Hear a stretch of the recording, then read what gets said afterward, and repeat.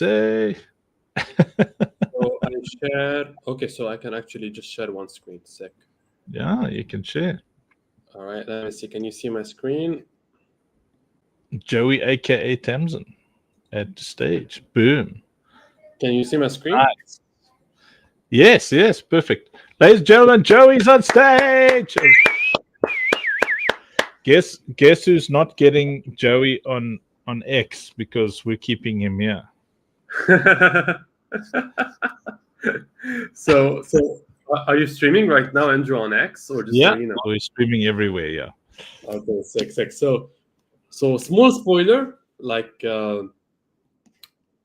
basically this presentation is going to be what I did 2 years ago to sell out a huge project on a chain no one knew, and it's still up to this day. Today, the biggest sellout event in history on the Doge chain.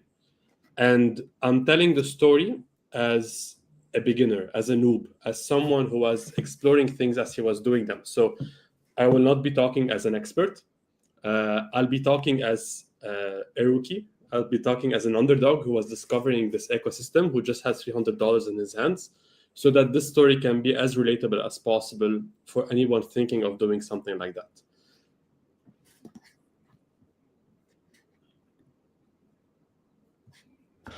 And he'll be sharing how he bought a car. I remember I excited you. It was so successful. It kind of changed your life. So if you want to know how to get a not a Doksuki. Well, you'll know how to get a good Doksuki, but if you want to know how to do things from scratch, why Joey's our head of Web3, not one of the Web3 team. He's the head, like he's not the neck or the toenail or the sphincter. Oh yeah, so I'll just say that I'll be reading comments on Arena as I'm doing this. I won't be able to leave comments on X. So if you want to leave some comments, just throw them on Arena.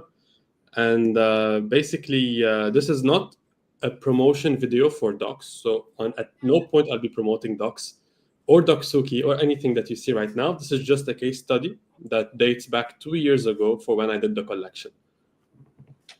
Yeah, it's cool, man. I remember how hard Joey was working. He worked so hard that on the other side of it, he even had a girlfriend. He was like, "Where did you come from?" Yes, where is she coming from? She was like, "Well, you needed help, my little croissant." He got a French girlfriend.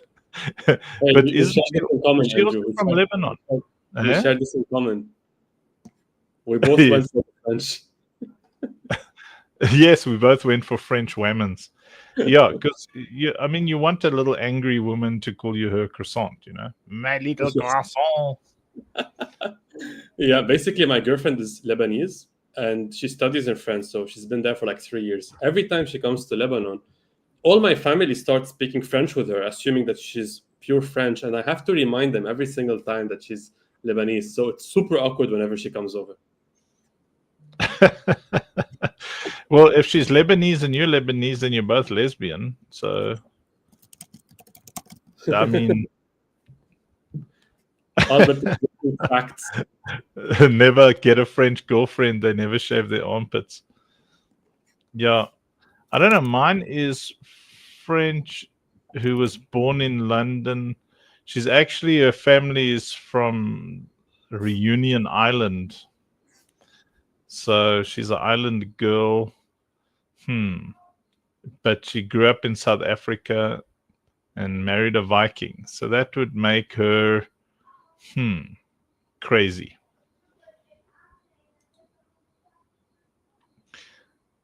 Jarmu says there's no sound. Who's Jarmu? Oh, that's on X. Sorry, Jarmu. I thought it was one of the private chats. Is there no sound on X? Sorry, Jarmu. I don't think he'd be able to answer your question if there is no sound. Oh, because there's no sound on X.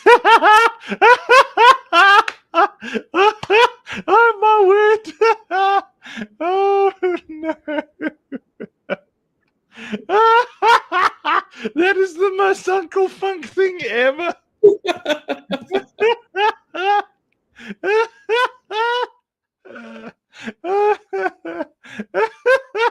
The guy says he can't hear. I'm like, you can't hear me? Who are you? I thought he was in the studio because I was like, oh, he's like, so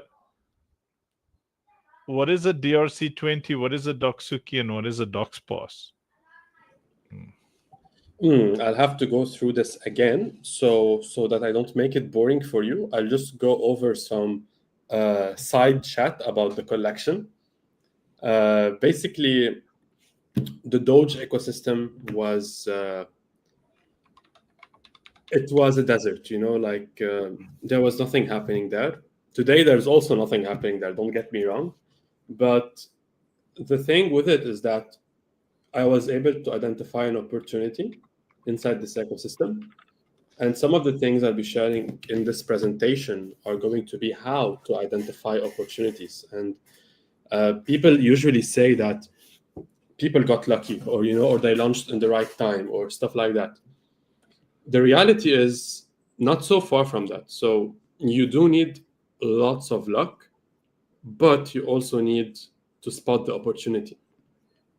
Meaning, you can prepare a project. You can spend $500,000 preparing a project, and when it's time to launch it, you may not even break even. But if you launch the same project with 10 times less preparation inside the meta of that project, you will end up making 10x, 100x more money than what you would have done in other times. So it's gotta be to find things that you can only yourself do inside an ecosystem that no one really is mastering right now. And this is what's going to be the secret of selling out something. And think about it this way. Think about OSP, for example. The ecosystem we're using right now on Sei and on the gaming ecosystem, there is no product like the Citadel. There is no product like Operation Safe Place. And the first to launch this product will win the entire market cap of this ecosystem. So when we launch it, we're going to be the leaders of this space. But then there will be another project that will try to replicate Citadel that will also launch, but it will not be as important and as famous as Citadel because you have the first mover privilege. And also people, like a common objection, people ask you, like, when did you sell out this project? And then you would tell them, and then they'll be like, oh, that was in the bull run. Things are different right now. And funny enough, I'm one that points out that it's easier to sell out projects in bear market than in bull markets. And the reason that being is because whenever you are working in the bull market, you're competing against 30 other projects, which 28 out of them are scams. And you have to position yourself as the top 1%. And to do that, you'll have to spend a lot of marketing money and 10 times the effort. While when you're selling in the bear market, there are no projects launching, no marketing money being spent. So you're able to shout and people will listen. You're not shouting to an audience that are listening to different things. You're just shouting to one audience that's listening to whatever is coming their way. And this is why it's easier to sell out collections or projects inside a bear run. And I witnessed this myself. So I was the advisor of a project called Augment. And they literally did the same strategy I'm following right now, where they went into a blue ocean, as Leon would refer to it.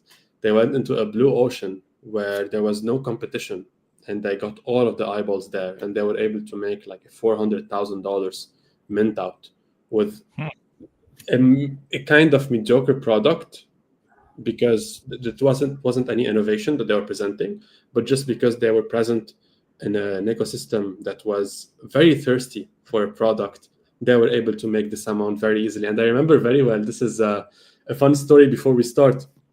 You will not hear the story anywhere else. So on the light of our whitelist mint, the whitelist had minted out completely, and we had minted out like $200,000. And we had the public mint, and the public was 5 Bitcoin worth to mint out. And I remember having a conversation with the main team. I told them there was like 30 minutes to the public mint opening, and I told them, look, there's no way we can mint out public. I'm sure like 5 Bitcoin, just so much money, it's impossible. Look at the Discord, look at our X. Yes, we did sell out our whitelist, but if you want to take care of our community, we have to reserve the public. We have to make the public small. We have to make people funnel all of their liquidity into the whitelist buyers so that we build a community that's strong. And I had all of these arguments, positions one after another, and I was so sure that we won't be able to sell out public at 5 Bitcoin. So the leader back then told me, you know what? Let me talk to the team. And then they talked with the team, and then they were like, fine, you're right. We'll decrease the public mint from 5 Bitcoin to 1 Bitcoin. And I remember I was in France. It was 7 a.m. in the morning. It was the worst time to do a mint. Like, it was the single worst time to do a mint, Andrew. And there was no one inside the Discord talking. And I thought to myself, like, even 1 Bitcoin is going to be impossible to mint out. And I remember when the mint was opened, I looked at the bar go from 0 to 70 to 100 in 20 seconds. And I just sat there like, okay, I just fumbled 4 Bitcoin. I just prevented this team from making 4 more Bitcoin out of this mint. And I was shocked. I was like, I closed my laptop and I started staring at the ceiling. It's like, it's always good when you learn from other people's mistake, taking your advice, but you will feel pretty shit, you know? So I didn't lose any money, but I had made a major mistake and I wasn't reading the market very well back then. So this goes to show you that in a bear market, I mean, by the end of the day, like, this project rugged. So some people still thank me to this day that I did this mistake because I prevented the team from taking more money. But essentially, it's a story to laugh at, potentially cry at. But launching a project in a bear market is easier than launching a project in a bull market. And we will explore all of this in today's presentation. Sir Choice, welcome, my brother. Habibi, thank you. Happy to be here with you. Excited for all the knowledge that you're dropping. And man, yeah, I kind of understand why the community was grateful. If they were meant to rock, better that they didn't walk away with 4 more Bitcoin because that's so much money, man. Oh yeah, it was so much money, and project was solid, but people got, so when they received all of that money, they got greedy and they abandoned the project. Insane. Well, I've got good news for everybody. We are keeping Joey here because Senior Choice was like, he's too pretty to just have him on X, on one of those terrible X stages. So we're keeping him here on our stage. And then do me a favor, those of you who can, Pixpol, who I think followed Uncle Funk, you just scroll up there. There, Pix, P-E-L. Find them, just buy Pixpol's ticket if you don't mind, if you can, so that I bought one, but so that it's Marianne, so she can comment here and join the funk madness. The cult must expand with more of Senior Choice's followers. She's amazing. She's bringing great vibes. She's from Venezuela. But yeah, she's starting her journey hosting spaces for Pixpel. Pixpel is Okay. coming with great intentions. Juan is the founder. He's got great intentions, wants to push the space forward. And that's what I want to surround ourselves with people that shares the vision of really pushing our industry forward with the right reasons, right? And the one thing that we share is the love for community and the understanding that community is what's going to take you higher. It's community that's going to bring you liquidity and support and will not come with the conditions that the nasty VCs come with, right? They tell you, we will give you money, we will hype your project, but at TGE, we all work with money and never return. How about that, Meta, Joey? Is that something that you've witnessed over and over again in the space? Oh yes, man. More time than I can count. No, I was impressed with how Pixel handled the Solana bro today.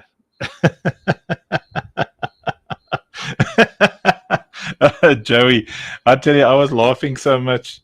Yeah, you know, a Solana bro comes on stage. What do? What are the top 3 things that a Solana bro immediately does? Let me guess. Shout out to the top speakers. Yes. Get angry about everything. Shill their project. Yeah, it's gonna be. It's like that dude was like, "You're all negative." I'm like, nobody was negative. You know, I was look that was I'm forgetting his name, but he was working with the streaming platform before, and he's a good guy too, you know. But Jorge, the gaming strategist, is taking over him. He brought him to Valania, and yeah, he's been embraced by the slow Lana vibes, and now that's the way they run. So, but That I was can that really Jorge, the enjoy. gaming strategist, on the one account. eh, Pixpel's like, he did agree with some of your takes, Uncle. I don't think he was really picking on me.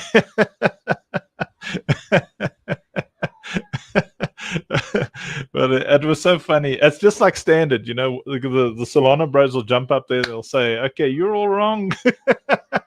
Number one, I'm successful because my bags are pumping or my project's pumping. And shout out to the famous person. Peace. I got to leave early. I'm a busy man. Yeah, you're all negative and I'm not. It's always like that. It's always like that. It's like standard, you know, Solana bros. Yeah, the slow loners. Anyway, if you're joining us on all the different platforms,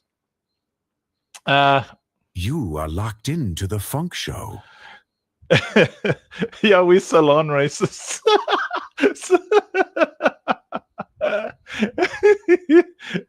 Senor Choice, but I know Excelita, you like everybody, Senor Choice. Your He's a opinion good doesn't dude, count. you know. Just because he's working for a Solana project, you know, he needs to represent their values.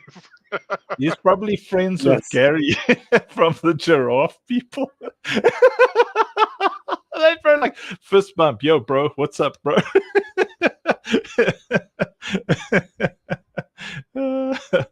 Anyway, I'm very excited having Joey on the Funk Show. Do you know that even Joey is part of the Funkite cult? You know, The Funk Show is where the zealots of the cult of awesomeness gather for their daily dose of funkadelic indoctrination.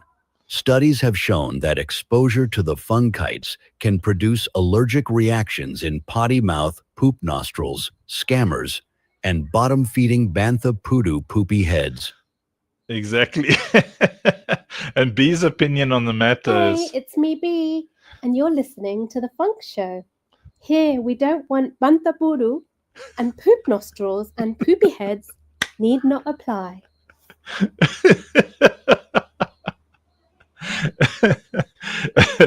Exactly. So Pixel, you're in for a treat today.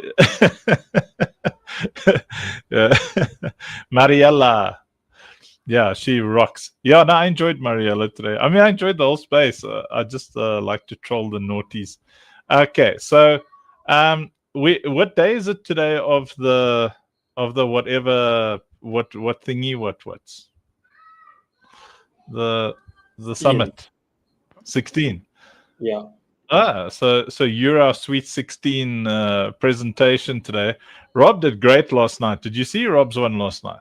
I tuned in a little bit, but I didn't see the entire presentation. I have to go back. That was really good. He had a whole PowerPoint presentation. He was in teacher mode. Teacher Rob, teacher Rob, And you know, Kev dropped the bars too. It was fire. I saw it all last night. It Yeah, was amazing. Kev jumped on stage. It was really, really good. So we'll see who jumps on stage for some input as well. We'll probably go for an hour after Joey's done. Joey usually leaves like 5 minutes before because he used to be a Solana bro and he is still working that out of his system. He's a busy man. I have to leave in 5 minutes. No way. We're not letting you go anywhere. Senior choice, I have to continue my presentation.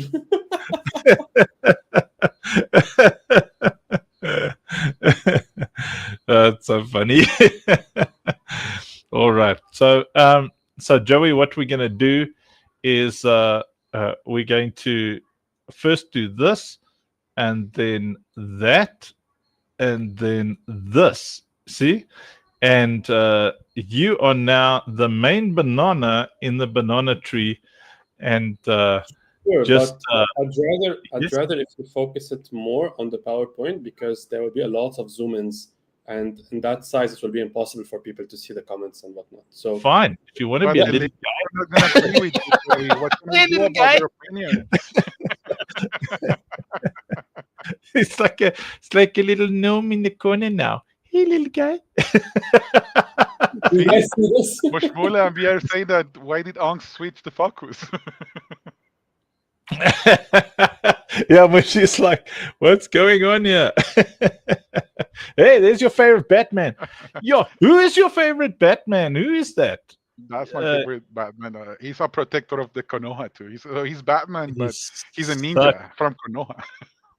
He's a ninja. Dude, your copy is so good, man. Your favorite, you're our favorite Batman now. That other stupid guy that wears black suits the whole time, he's a little gay Batman in comparison to you. He's Gatman. Okay, so well, fine. Then what I'll do is I'm not scared. I'll just switch off my camera so that all right, focus is on you. Let us Yeah. look. So, Sir Choice, do you want to start this off?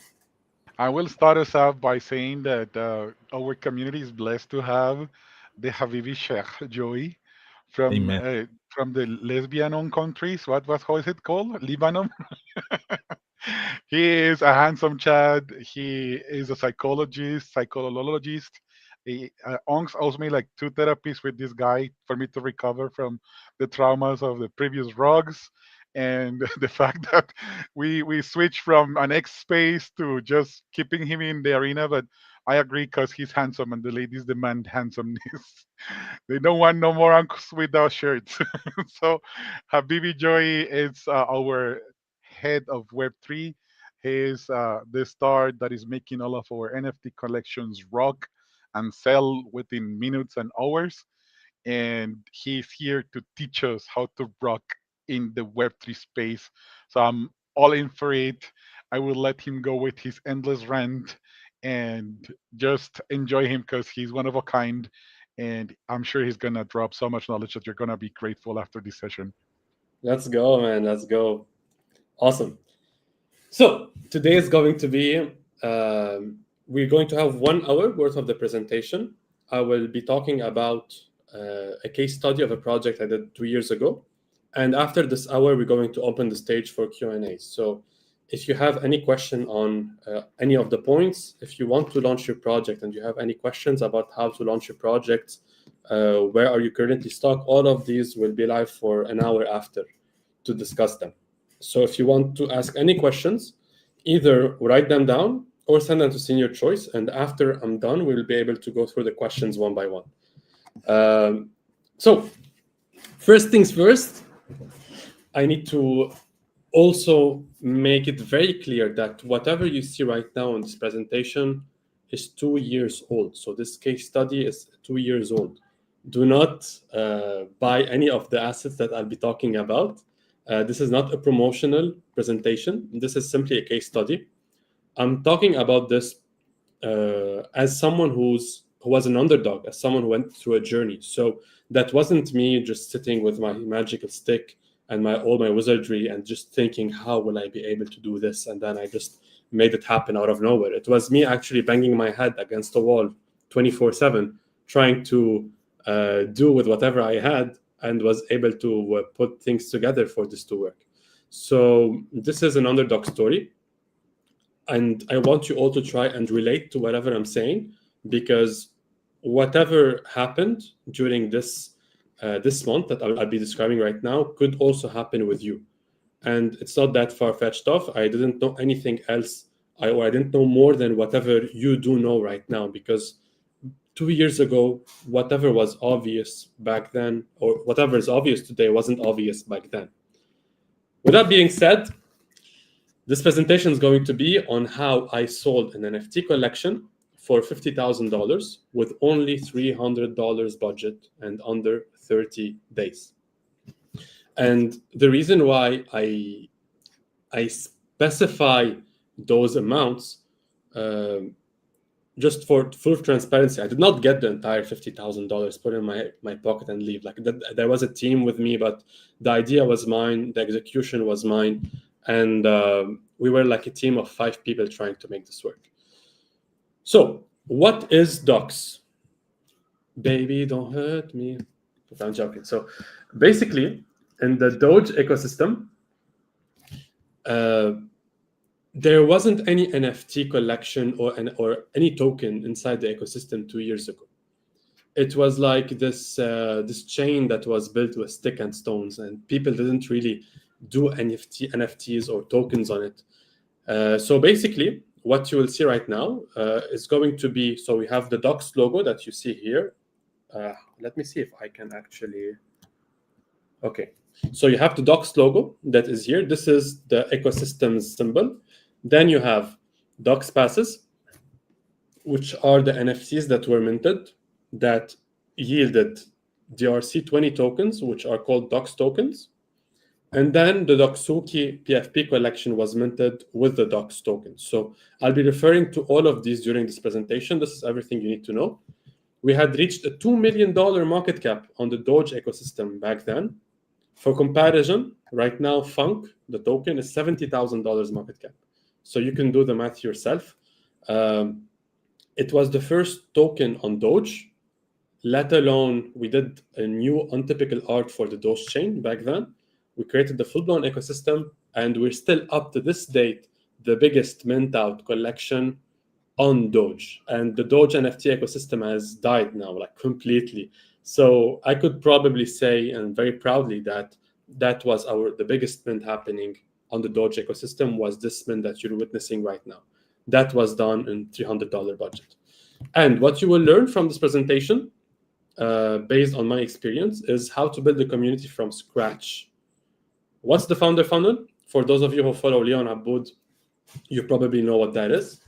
We're going to go through how to play around with no budget.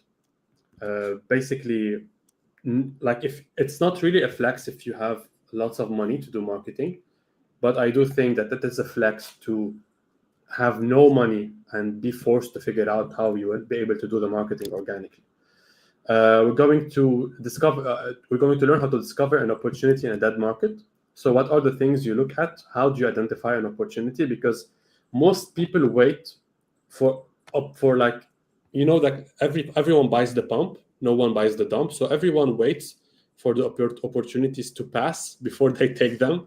But you really have to buy when the candle is red. You have to seize the opportunity when no one else is looking at it. So we're going to learn on how I was able at least to discover an opportunity in an absolutely dead market.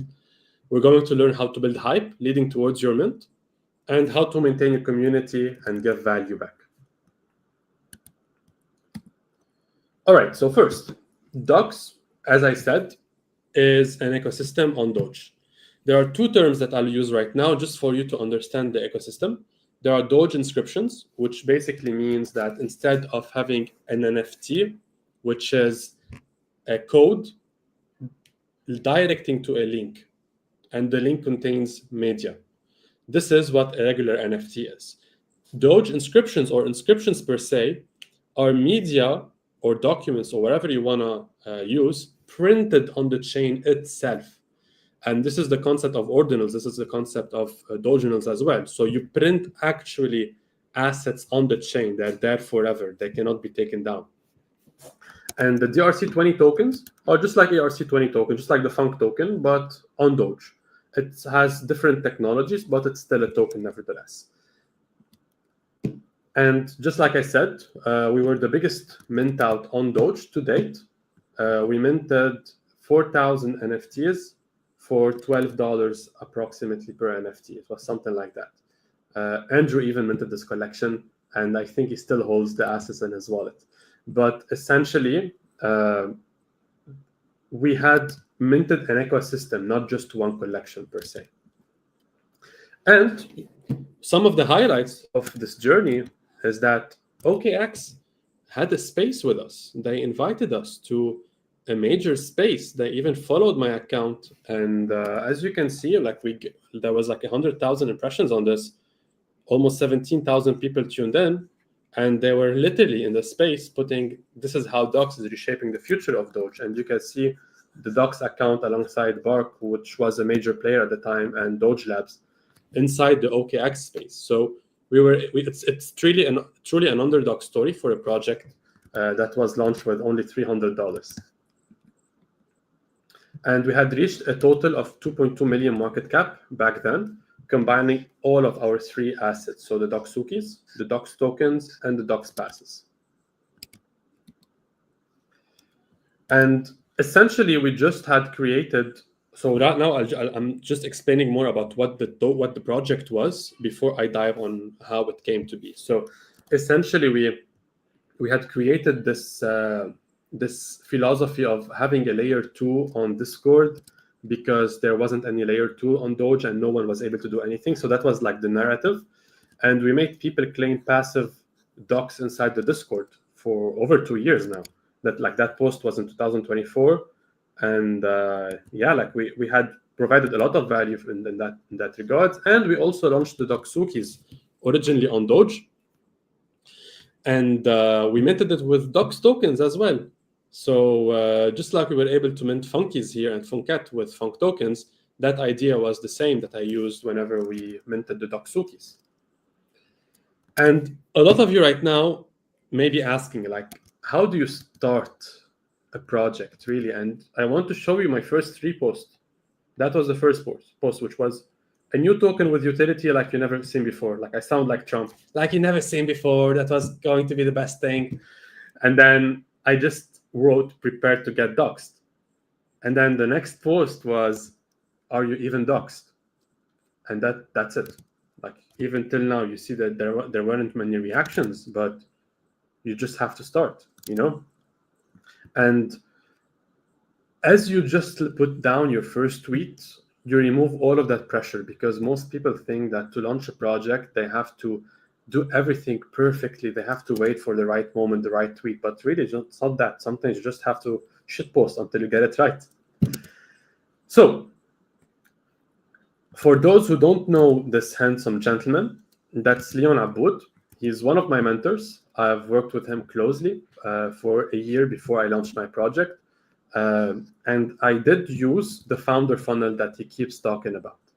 And basically what this funnel is, it means that you use your founder profile, which is any of the profiles you're using right now. So let's say, for example, Mushi wants to create an NFT collection. She wants to call it, let's say, the photographers. What she shouldn't do is just create a photographer's account and start posting from it, because she will get nothing. She will get no traction. What she should do is she should talk about photographers inside of her X account. She has to make friends around photography. And only when she has enough traffic to this topic, she can now open a brand account and then funnel all of the attention from her founder profile to the brand account. And then once she has all of this attention to the brand account, so just like we have Uncle Funk's founder account, we have Jason's founder account, we have my founder account, we have Rob's founder account. All of these founder accounts are funneling all of the attention into the Citadel account or the Operation Safe Place account. This is the concept of the funnel. Once you have a brand account that has founders funneling attention towards it, this is where you can consider that you're putting all of your community in one place. And only then, I think there's Senior Choice's face in the last point of the funnel, there is conversion. So only then you get the conversion done. Only then you are able to monetize whatever community you had built all that time. So 2 years ago,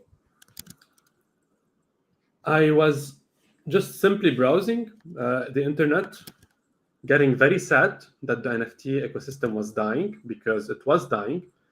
If you can see, the users on OpenSea or people trading on Ethereum in general had plummeted from like 200K to barely 30K. And that was really depressing. And no collections were selling back at the time. Like, it was very hard to sell anything. And I was literally just scrolling on X, and then I found a video of Elon Musk with Joe Rogan in November 2023, and they were talking about NFTs. Like, imagine, like, my opportunity started when I was watching Joe Rogan. So you don't really get all of your inspiration from crypto Twitter. Sometimes you get them from just watching random podcasts. So Elon Musk said, he was asked about NFTs, and he said, the funny thing is NFTs are not even on the blockchain. It's just a URL to a JPEG, which technically is true. So whenever you have an NFT, it's a link to another asset that is on another website. It doesn't matter whenever you are building an in-game presence. It matters when you are building something that you want to remain forever unchanged, whatever the circumstances. So basically, he said, you should at least encode the JPEG in the blockchain. Because, like, if the company housing the image goes out of business, you don't have a business anymore. And this is really coincided exactly, like, you look at the date, it coincided exactly with when these ordinals, the NFTs on Bitcoin, started pumping. You can see as the Ethereum was dying, Bitcoin ordinals were pumping.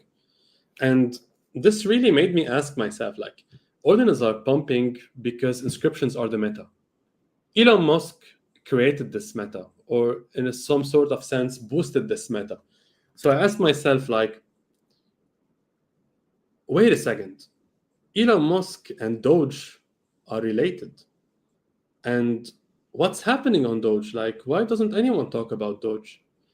And I remember going on the Doge side of Twitter and finding that there was one party that was called Doge Labs at the time, building the Dogenals ecosystem. And they were selling those packs that no one was buying. A bit like when we were selling the Lucille packs for $2. And really, we were worried that like $2 may be a high price. Right now, they're trading at like $15, $20, you know, but back then, we were asking ourselves, like, is this going to be really the value we're going for? So Doge Labs were doing exactly that, and they barely had a community, and they were building NFTs on Doge. No one believed in them. No one believed in the ecosystem. And I just asked myself, like, who are the main players inside this ecosystem? I kept looking and I found none. It turns out that there wasn't an ecosystem to begin with. So for anyone building any project, the last thing you want is to build somewhere where there isn't any traffic. That's like the worst thing you can do. So I have decided that this is where I'll be putting my attention. My brand account turned all full on degen for the Doge ecosystem, and I kept on posting about Doge. I kept on trying to make friends inside the Doge ecosystem.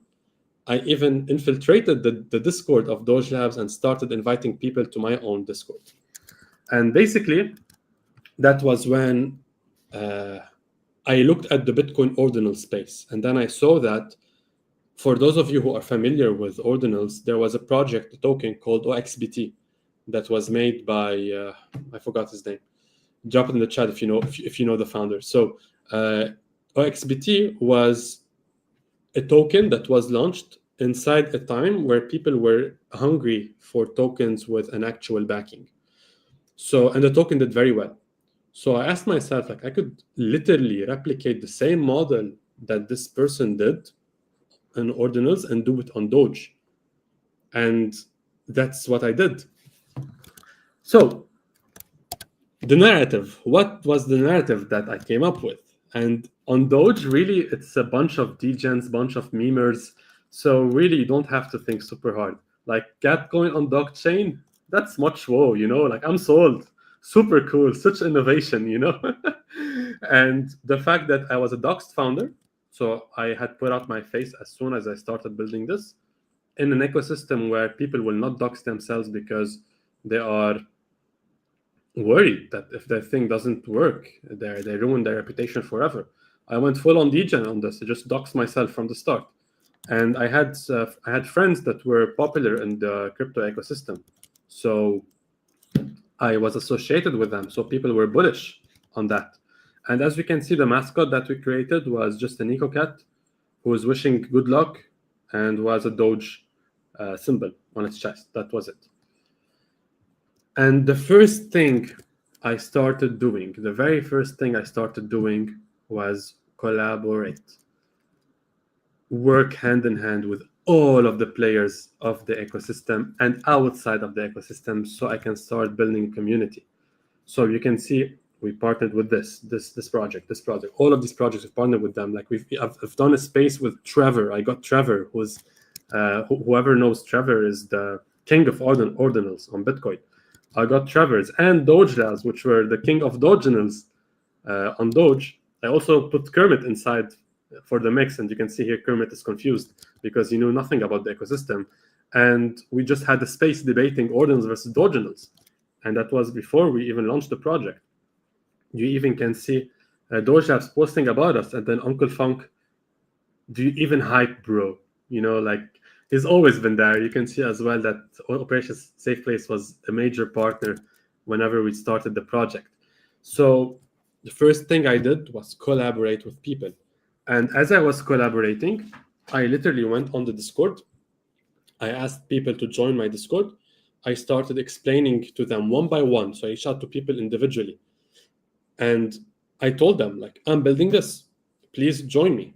And they joined me. And then once I had a few people inside the Discord, I ran raffles. I gave them free stuff.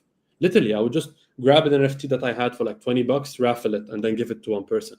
And I just wanted to give the community before I even think of asking about anything. So my first week was just giving, and just building collaborations. And essentially, this is everything that I'll be talking about in this section, which is give.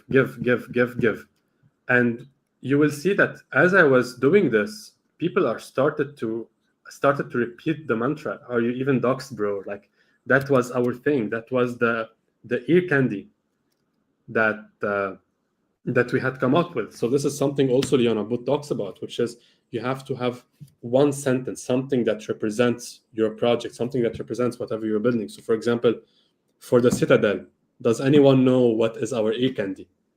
And I mean, for Operation Safe Place, it's every girl safe. Everyone knows it.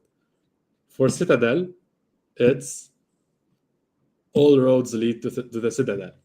And whenever you read this sentence, you will know, yes, B, exactly. You will know exactly which project this is. So every time someone was reading, "Are you even doxed, bro?" on X, they knew it was talking about us. And you can see here, we also made a tweet.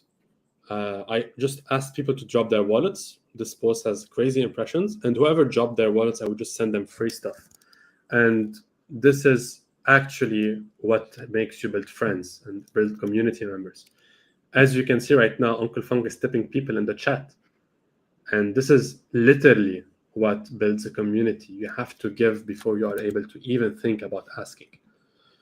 And so we'll start from the right. And then whenever you build your community, as things go by, you don't have to market anymore. You don't have to hire mods anymore. You don't have to defend anything anymore. So look, this is a screenshot from the Telegram. One person typed, "I feel doxed." They were happy because we now have a liquidity pool. And some person started fudding. They were like, "What is the benefit of liquidity, bro? If no new buyer came, last 2 years, one holder, not increased, floor price down." And then the other guy's like, "What's your point, bro?" And another guy's like, "You're so dumb." And another guy's like, "Do your research, man." So everyone just started going after this one person.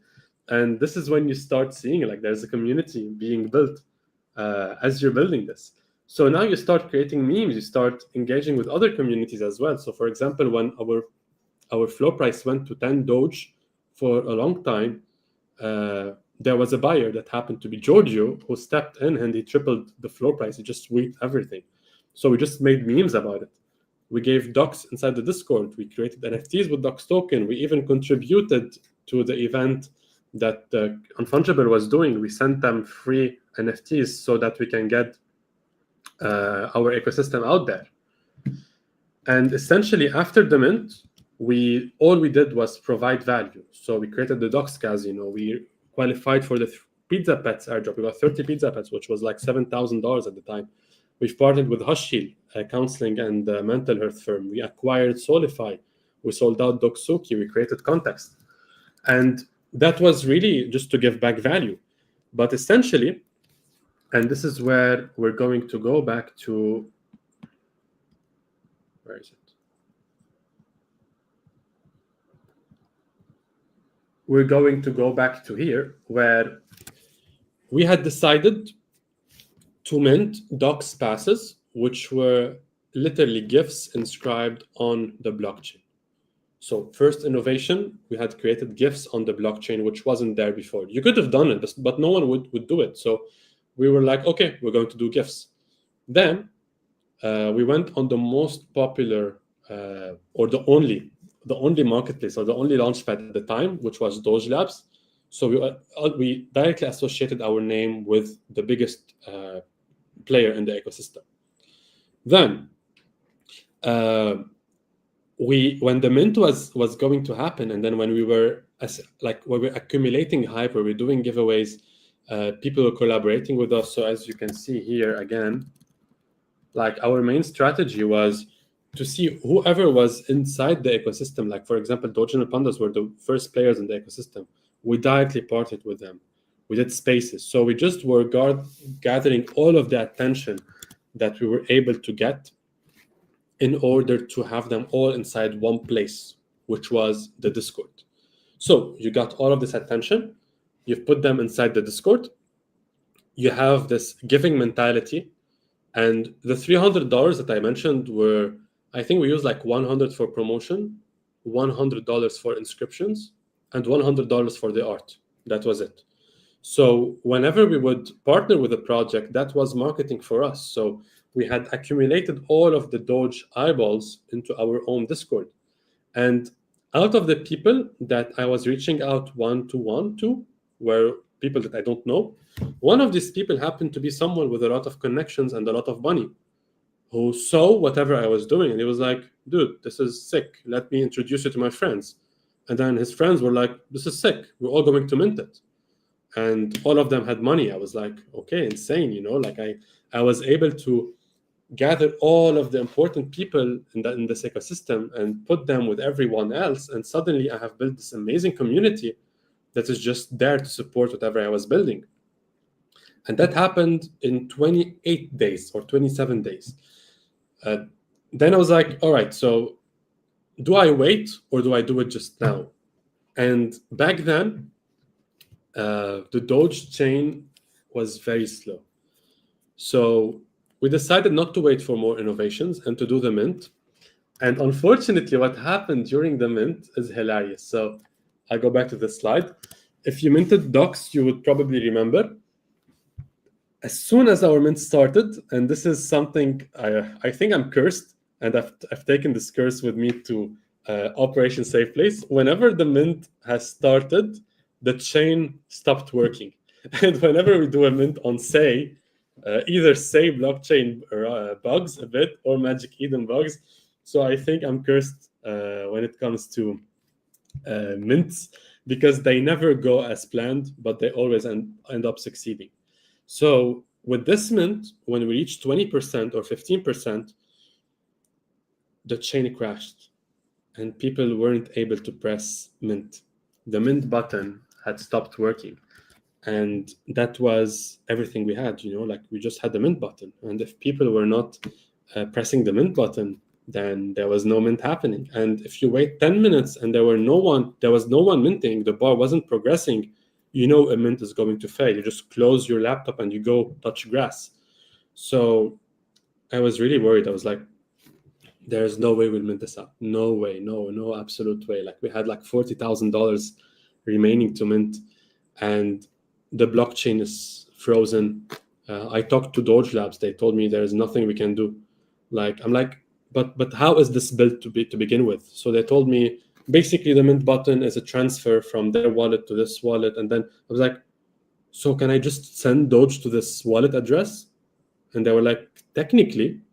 I'm like, okay, send me the wallet address. So they sent me the wallet address that was receiving the funds for the Mint. I put it inside the Discord announcement, and I told everyone, to Mint, you have to send Doge to this wallet. And after the Mint is done, we'll send you the NFT. So that's like the most rug thingy that you can hear, which is put money into this wallet, send money into this wallet. The Mint is not working. Believe that it will work. And people started doing that. And you can see like the progress bar was going slowly because people were sending money to the wallet, to the original wallet. Suddenly, because the Mint had become harder to execute, people were invested even more now. Like they would try and send more money to this wallet. So they are maybe minting more NFTs. People were overspending on the wallet, so maybe they can mint more NFTs. And it was this chaos, inside this chaos, that we were able to reach the Mint out. And after the Mint was completed and we started building all of this cool stuff and we started providing value. Where is it? We started providing value. This is what made our collection increase in value. Then we decided to drop the Doxuki collection, which people minted with Dox tokens. Then we dropped the Casino, and it was one success story after one success story after one success story. And then whenever there was a season that was dead, I would just launch campaigns that were either I would give away assets to the community, or I would create a raffle. So there was always the philosophy of giving. And the end of the Doxuki story, or the Dox story, was I asked all of my community members to come to Operation Safe Place because Doge ecosystem is dead right now. So we can actually provide even more value to them. Even though they did this Mint 2 years ago, I still wanted to provide value for this community. This is why I did the Doxuki collection on Doge, Operation Safe Place. So these are the questions you have to ask yourself whenever you want to launch a new collection or whenever you want to create a collection. First things first is, what's the trend? If there is no trend, there's anything you can do. So if someone comes right now and they're like, I want to launch a collection on Solana, I'm like, don't do that. Like that's not the trend. It's super complicated. People are all over the place. You will have to struggle for attention, and I wouldn't advise you to do that. So trend is the most important part. As I explained earlier, I identified that trend on ETH or regular NFTs were dying, but ordinals were pumping. And whatever was happening on Doge was ordinals. So first things first is identify the trend. Second, ask what's my budget. So you don't have to think about it in reverse. You don't have to be like, if I want to sell $20,000, say, right, let me get my sip of water. If I want to get $20,000, then I probably would need $2,000 worth of marketing budget. If I pay $1,000 here, if I pay $200 here, and then you just budget everything the other way around, and then you go and you start trying to find $2,000, that's a bad way to go about it. Because the budget that you can get or that you already have is the budget that forces you to think in an innovative manner. So in Operation Safe Place, for example, every single mint, our budget for marketing is barely $50, which is just like a Midjourney subscription or something like that. So the lesser budget they have, the more creative you have to get in terms of marketing. So don't go out looking for budget whenever you want to create a collection. Just ask yourself, what kind of budget do I have? And how do I utilize this budget? Third thing you ask is, who am I? And it's not for you to do an existential crisis on, but just seeing who you are inside the NFT ecosystem. Are you a beginner? Do you have connections? Do you have a community? Do you have maybe your country people that would back you? Do you have a cult that would follow you? So what is your role inside wherever you are? And are you able to position yourself as a leader inside an ecosystem? And if so, how does this ecosystem look like? So, which pushes us to the next point, which is, where do I fit in this trend? So the trend that you identify, and then you understand who you are, you ask yourself, like, what kind of player am I? Am I a marketer? Am I a product developer? Am I a space host? Like, what am I? What's my place in this ecosystem? So if someone was telling the story of this ecosystem, how am I able to place myself as the hero inside the story? How can I make people identify me for whatever I'm doing? So, for example, Uncle Funk right now has many identifications. One iconic thing about him is that he's a very big visionary, and he's consistent, and he's very generous, and he has a real life NGO that he's pouring his heart and soul into it. So he's fitting in this ecosystem, and this is why he's able to rally people behind him. So the fifth question you have to ask is, what do I have that others do not?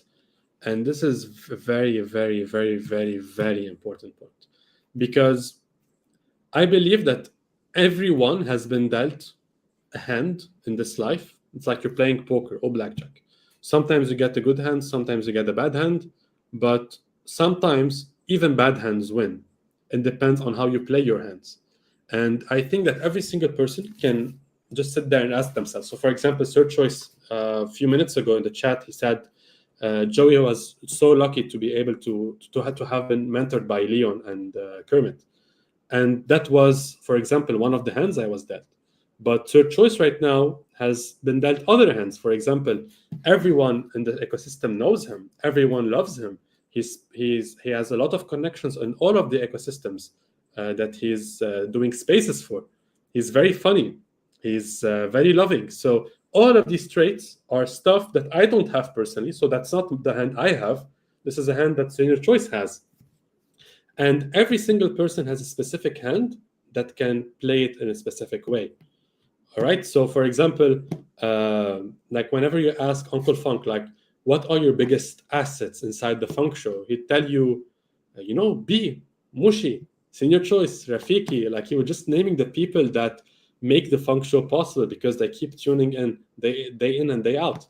So what do you have that others do not? And when you figure out your assets, once you figure out what you actually have, this is where you are able to calculate or to lay down a map on what are the things that you are able to do. Then, who can inspire me? So we have to be a little bit modest whenever we do this. We have to think big. We have to look big. We have to look at big people, and we have to assume that we are following their footsteps. So back then, I looked at the founder of OXBT because I was literally doing the same thing that he was doing, just on a different chain. That was my logic. Even though I ended up doing something totally different. But my logic was, I have to follow in the footsteps of someone that made this success.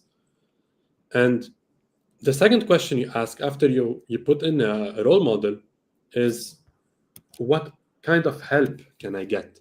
So probably, for example, if Senior Choice or B or Mushi or Makes Only Beats, anyone inside this community were to create a collection and they ask themselves, what help can I get? Maybe I'll be the first person that comes up to their head, and they would just message me asking for help. And because finding the answer to this question saves you a lot of time, saves you a lot of troubles, saves you a lot of mistakes, saves you a lot of mistakes that you could have done otherwise, it's important for you to always ask, who can help me? What help can I get? How do I reach out for them? Then, who can mentor me? So you need one person that knows whatever you're doing, not for them to tell you what to do, but at least to tell you what not to do. Because many times you'd have these amazing ideas, but other times you will have these awful ideas. So let's say, for example, someone who's smart will have 50% good ideas and 50% bad ideas. If he's doing both, he will end up with a bad result, because it's like he's building a cake, then he's throwing it into the sea. Like this doesn't stick. So there are two ways in which this person can improve. He either gets more good ideas, so now they are outweighing the bad ideas that he has, or he gets idea checked. So he has someone telling him whenever he has bad ideas. And this is probably what Uncle Funk and I always do. So I would give him an idea. I would give him 5 ideas, and he would tell me, these 3 are bad, these 2 are good. And he would also give me ideas, and I would tell him, look, these aren't maybe the best ideas, but this one, though, is the best idea out of all of them. And by doing this, you separate the bad ideas from the good ideas. By having someone that is able to tell you that these are bad ideas, all you're left with are good ideas. So you need someone who can mentor you through this journey, not for them to tell you what to do, but for them to tell you what to not do. Which brings us to the next thing you have to ask. What's the worst thing that I can do to F this up? Because sometimes you would think that, I should definitely do this idea, because if I do this, I will end up with like 10 times more money, or I would just see this immense vision. But most of the times, these ideas are what kill your project. These ideas are what fumble your project. And whenever you have an idea, it's important for you to ask yourself, like, how can this go wrong? How can this idea become the single worst decision I've taken for my project?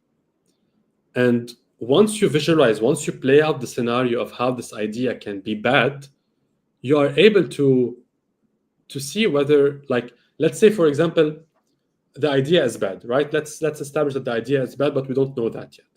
You simulate the idea in your head. You play it out. Like, what if A happens, then B happens, then C happens, I reach D. I don't want to reach D. So whenever you simulate your idea, you have an understanding of the process that would take for you to reach failure. So if you find yourself reaching A, the first step of this process, you can tell yourself that this is probably going to fail, because you had already simulated this in your head. And it's important for you to be able to recognize your weaknesses and your strength as well. Which pushes us to the next question. What is the ideal scenario? What is my story? How do I play out the story?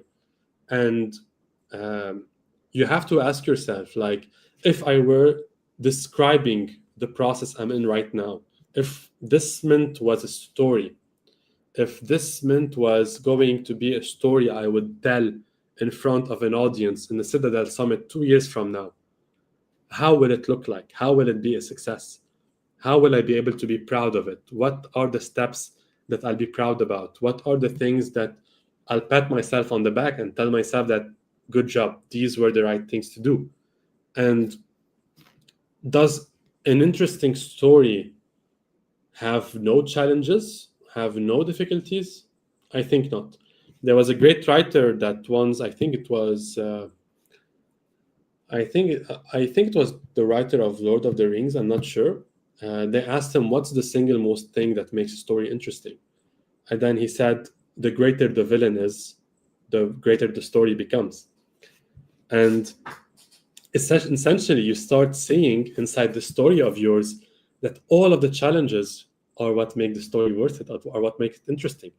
So all of you right now, whenever I mentioned that the Mint stopped working and that I had to mint manually, that maybe was the highlight of this discussion, because that was the difficulty. That was where things went wrong.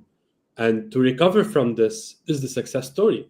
So whenever you're building something and things go bad, it means you're on the right track. Like, it literally means you're on the right track. If things don't go bad, you have to be suspicious. So when things, signatures turn pain into gain. So whenever things get tough, you ask yourself, like, great, that's the challenge. How do I overcome it? Like, how do I turn this negative thing into something that's going to be epic in a story? And we're doing this today with Operation Safe Place. So whenever there is a problem, for example, we had the problem lately, which is all of the third-party development companies have abandoned us. And then we're like, that's a very big problem. How are we going to solve it? We're going to build everything in-house. So by fixing this problem, we actually turned it into something that now is a flex. Like that's a positive, that's a pro. We aren't the ones now creating everything. So the problem, the chaos that has emerged from this uncertainty has created the opportunity for us to grow. And this is both in psychology. I work with my patients on this all the time, and in projects as well. The harder things get, the more interesting the story becomes. And the more interesting the story becomes, the more follower it has. Then, what am I missing? So you are always forgetting about something. Always. There's no way for you to be able to know everything specifically from your first shot.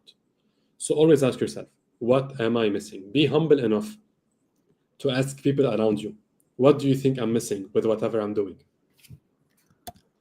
Then, what is the reasonable price for what I am selling? And this is a question I always ask myself before any single mint. So if you follow any of the mints we do inside Operation Safe Place, you will realize that the price always comes at the end. It's always at the end that we price things. We don't price things in the beginning, because you can't just put a price and expect people to submit by the price that you decide is worth it. Because the price of the asset you sell depends on how good of a job you've done building your community. Like if you are able to build 10,000 people inside the community that all have money, then you could probably sell 100 NFT at $1,000 each. So you have to see the community that you built, the people that follow you, the kind of people that follow you, the vision that you have, the product, and then you have to understand whatever I've done, how can I price this? How does everything I'm seeing right now in the community price itself in my project? And this is where you price your project. This is where you decide how to price the project. You look at your community first, you look at what you've built, then you infer the price. And it's not the other way around. You don't put your price up there and you expect people to follow. So before the last point, I don't think you can see it on the screen, but number 13 is ask yourself who's buying. And whenever we do a mint, for example, in Operation Safe Place, I always ask myself, who is buying right now our collections? Who is investing? Is it the degens from Slowlana? Is it Bitcoin holders? Is it Say community?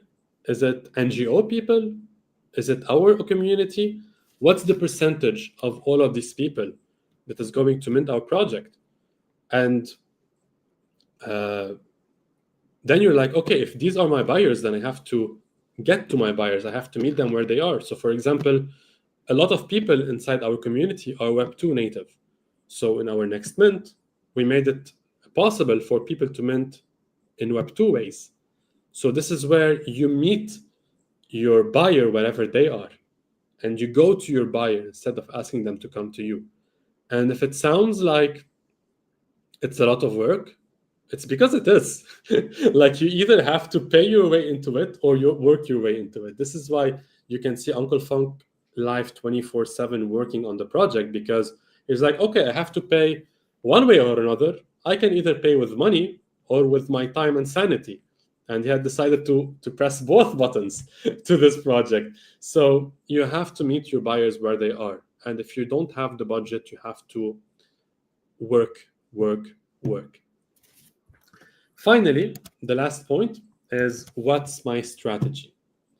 And this goes again to the story metaphor, where you have to write your own story.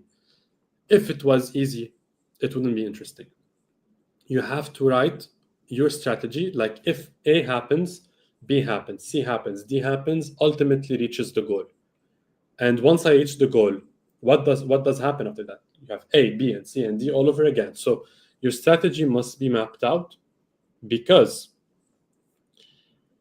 anytime there is an emotional event, it tends to push you in different directions. For example, for all of you traders out there, let's say you bought a shitcoin. Let's say you bought a shitcoin and the floor has doubled. You're like, okay, I'm going to take profits on this one. And then the floor price goes below your entry price. You start telling yourself, if it goes up to wherever I entered, I will TP. I will break even. I don't want profits anymore. But then the price goes up to your entry and goes up slightly higher. And now you're like, well, it probably will go higher. I still hold it after all. So I probably am doing the right thing by holding it. And then the price goes down. And then you sell because you're sad. And then the price goes up. And then you're sad even more. So you buy at the top. And then the price goes down. Then you sell. So you're not trading now a meme coin. You're trading your emotions.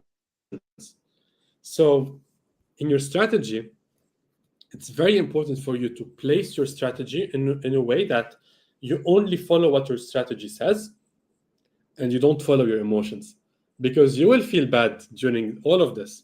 You will ask yourself, is this even worth it? Is it even going to work? But all of these are emotions. Strategy or the system is what you must keep following regardless of what happens. I remember telling Uncle Funk, and I'll end with this point. I remember telling Uncle Funk on our first mint, I told him, this is your first mint, Andrew. You have a lot of people that love you. We are going to mint out, but you are going to see FUD and unhappy people inside the Discord. And that's exactly what happened. And now, like whenever he would see these people and he would get pissed, he knew that these were a natural part of this. So emotions were no longer interfering with whatever process we had. So knowing that emotions are something that you deal with on your own and strategy is something you logically reason through is what's going to get you to go from where you are to where you want to be. And this is how I was able to take the $300 that I had, take my name, take the mentors I have, take my knowledge, take my friends, take whatever I was reading back at the time, whatever I was educating myself on, whatever videos I was watching on YouTube. I took all of these cards and then I started trying to find the best strategy I can with these cards. And then the moment I found the strategy, I just followed it. And I didn't care about how much I was sleeping, how much I was eating, who was saying what, the FUD that I was getting, because the goal was my strategy. And this is how I was able to turn $300 into $50,000. I think I nailed the timing. Damn, this took 1 hour, exactly 1 hour. So Very good. I'll leave the stage for You you. got to Andrew. continue, because then you turned it into $20,000 again after the $50,000. Did I? Yes, because you brought the Doksukis into the OSP ecosystem. Hey, let's go. So I'll take your comment and Senior Choice's comments, and then we'll open the stage for Q&As. Oh man, that was some session, pure knowledge, pure wisdom. Love every part of it, Habibi, and indeed mentorship. Like I want the presentation. I think that just like Rob shared the one from yesterday, you gotta do the same. Like when I saw the first slide, I was like, I just saw the Doksukis, but then when you went through the slides, I'm like, okay, here's the juice. So we need to get that in our hands. That was amazing. You did the full hour rant, and yes, maybe for the newcomers, we need to uh, tell them how we did created even more revenue by embracing the Doksuki community on the OSP and Citadel ecosystem. Yeah, definitely. And this is something we can address in the Q&A if you want, where we're looking at the continuation of the story, where we got all of the Doksukis out of the Doge ecosystem primarily, and for whoever wanted to integrate whatever I was building, which is Citadel and OSP, we got them in, and we found a way for them to get in and still give value even after 2 years since the project was launched.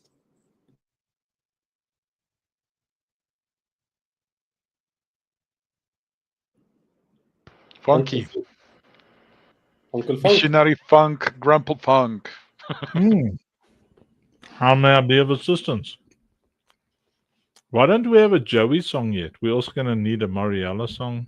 Well, we don't know Mariella well enough to write a song for her yet. Yeah, I'm eating. Well, I'm not eating Uncle. Where's my camera? Where's my camera? There it is. Let's get that thing down there. It's Q&A time. This is I thought it was a cheese croissant, but it had custard inside. Glory. Right. Camera on there. It's in your choice. What are you doing? We want to see that Muslim beard and hat of yours at the... You know that the only time they don't stop in your choice at the airport is if I'm in front of him. And they stop me. Because they will go after you first. Yeah, you're way taller than me. You're like massive. 5 feet, is it? Yeah, I'm a tall guy. Yeah, Imagine, Pixel's turning a camera on, then we can have some Latina librarian in glasses vibes up here as well. Like those naughty... Ah, look at that naughty librarian. Oh my god. Come on, Uncle Funk, this is my first time. That make me blush like that. Take it easy on me. Up there, top right, so everybody can... Your first time. What? Is it your first time being on a stage? My first time here with yes? you folks. Yeah, not my first time with Mr. Choice though. We've been together before. If you hear voices on the back, it's my sister, my twin sister, by the way. She's also part of Pixel's team. Yeah, we're twins. Don't tell that to Leonard, please. He's gonna get a 2. Never ever seen fat twins, like ever. Not once. Has anybody ever seen fat twins? That's why I told my wife we need to try and have twins because I've never seen twins that are fatties. I don't want that kid. You mean like fat twins? Really?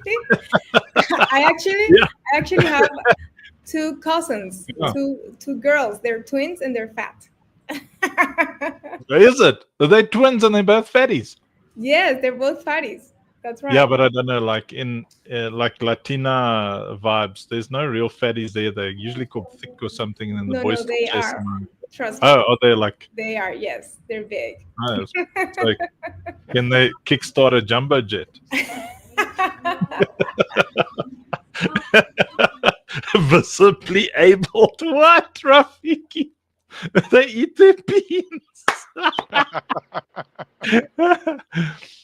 No, it's like we got a lot of adopted kids, and then I warn them: you can eat as much as you like, but you're all gonna dance, you're all gonna do mixed martial arts, you're all gonna ride bicycle.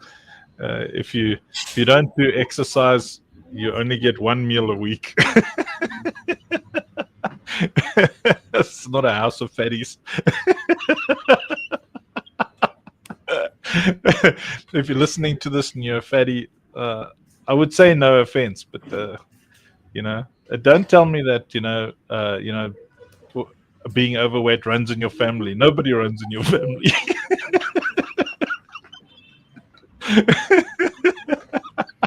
You're wild, Funk. You must get rid of that stuff, man. You know what? When I feel myself getting fat, then I immediately do something about it. That stuff will kill you, man. You must stop. I don't know how we got into that subject. Oh, twins. Yeah, you went from twins to fat people like that. So is that your twin sister in the background there behind you? Sorry? Oh, yes, that's her. Yeah. Mariana, say hi. She's even got glasses as well. Yeah. ¿Cómo estás? Cocaína. Oh my god. He said no estás cocaína. They bully me all the time. Mariela. She said bien heroína. Heroína. Jeez. I'm not American. South African, tell your sister not to be racist. South Africa. You have to come estás corruption. It was very good, Joey. I was like, now this is how we want our presentations to be. Like you and Rob did a great job. like very, very good. And yeah, so now Rob and Joey and I are three very different people, like spectacularly different. Joey is a lesbian from Lesbanon. Rob and I are both from South Africa, but he is really good at stuff. Like, he's the best CEO I've ever worked with. And when you I played games with him for like 7 years.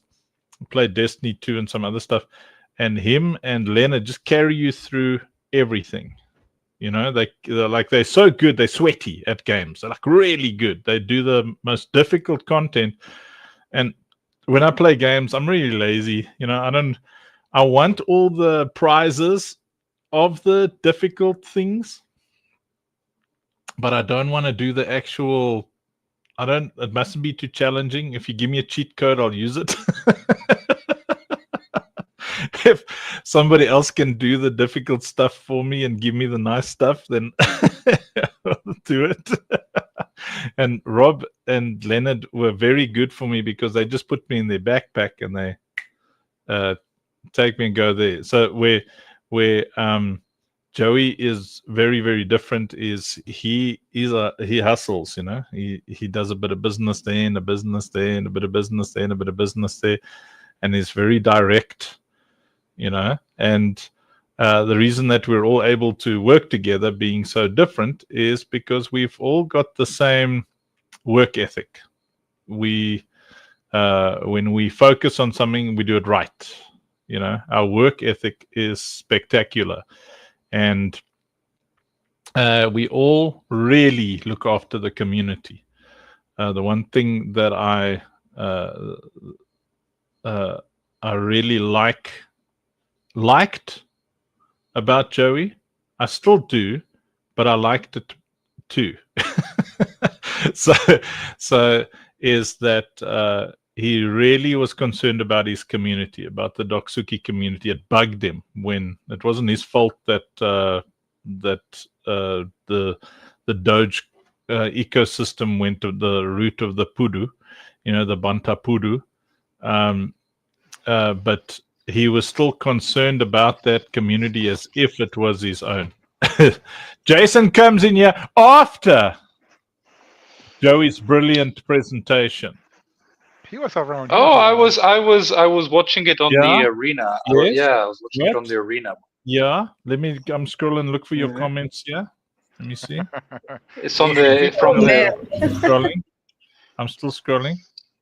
Just hang on. I posted on the Citadel account. And I joined here. That's nice to have you on stage. I thought it was a very good presentation. Me. See, we got Mariella. She comes all the way from some cocaine country. Come on, man. We're more than that. We also have weed. We also have mushrooms. Where are you from? I'm from Venezuela. Venezuela. Woohoo! Venezuela. I've got 2 things running around there somewhere. Hey, what's that, Joey? Wait until you hear what he says about Lebanese people. No, I didn't. You don't want to hear that. Hey, I'm not the one who talks about the goats. That's Rob. Yeah, right. No, Venezuela.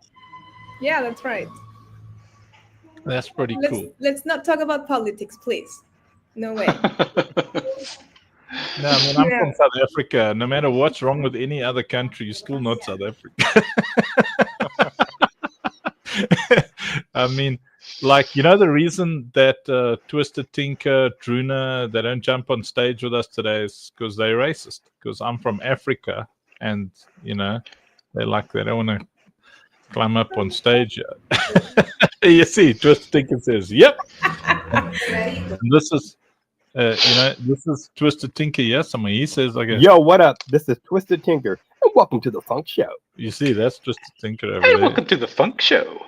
And there's Druna, Hey, much it's for Dee Runa. Good morning, good afternoon, good evening, wherever you're coming from. This is the Funk Show. Same time every day. No, For a well, I 1,000 want to days. know from.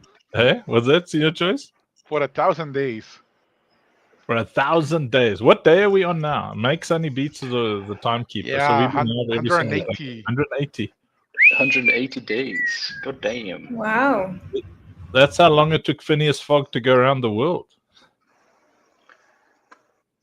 And you could have No, just caught a nobody? That was the flight. movie, yeah. Come on. Yeah. Around the Well, world in that 80. Oh, no, it was 80 days. 80 days, yeah. La vuelta al mundo 80 Oh, days. no, 180. Oh, 180 is when you go like this. Eh? No, that's 360. What's That's that? 360. Oh my god. So wait, what's there we go. That's 180. Yeah. Half the circle, Uncle Funk. Oh, fine. This is all you get then. There was an attempt. Yeah. It's like so. Mandy and I, the ridiculously gorgeous Mrs. Funk. So we were at supper tonight. So the kids are showing us that the kids are like it's around 7, 6 around there. And they're busy learning to do maths now. They're learning subtraction. So I'm trying to show off and say, well, 1 million minus 444 is 900,000 and 900. No. 900,000 and 666, and then Mandy's like, no, it's 5 something, and I'm like, no, 444 from 1 million is 666. I was so wrong. 7-year-old kids laughing at how dumb their dad is. I know the feeling, man. I also have 2 kids, and one of them is 11 years old now. And every time I'm trying to teach him something about math, I remember how bad at math I was.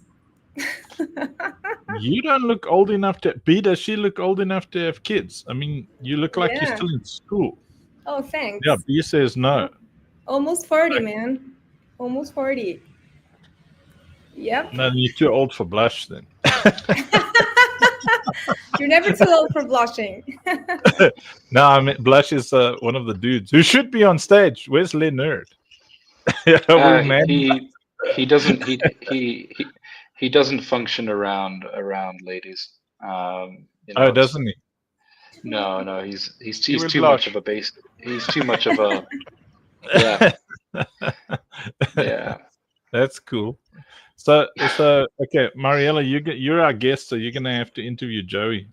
Okay, I don't want to interview him because I'm a little nervous here, but I do have a question. I mean, I came here a little bit late, and I am the CMO at Pixpel, so I'm running everything, marketing, strategies, intern, community building, everything. I'm doing everything, and I've only been in this space for 2 years, so I'm still learning a lot.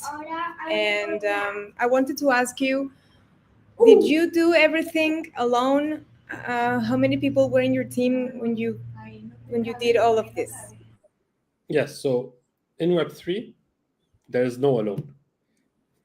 There's at least 3 people. This is why it's called Web3. So the way I would go about it is I would ask myself, and this is something I always talk with Andrew about.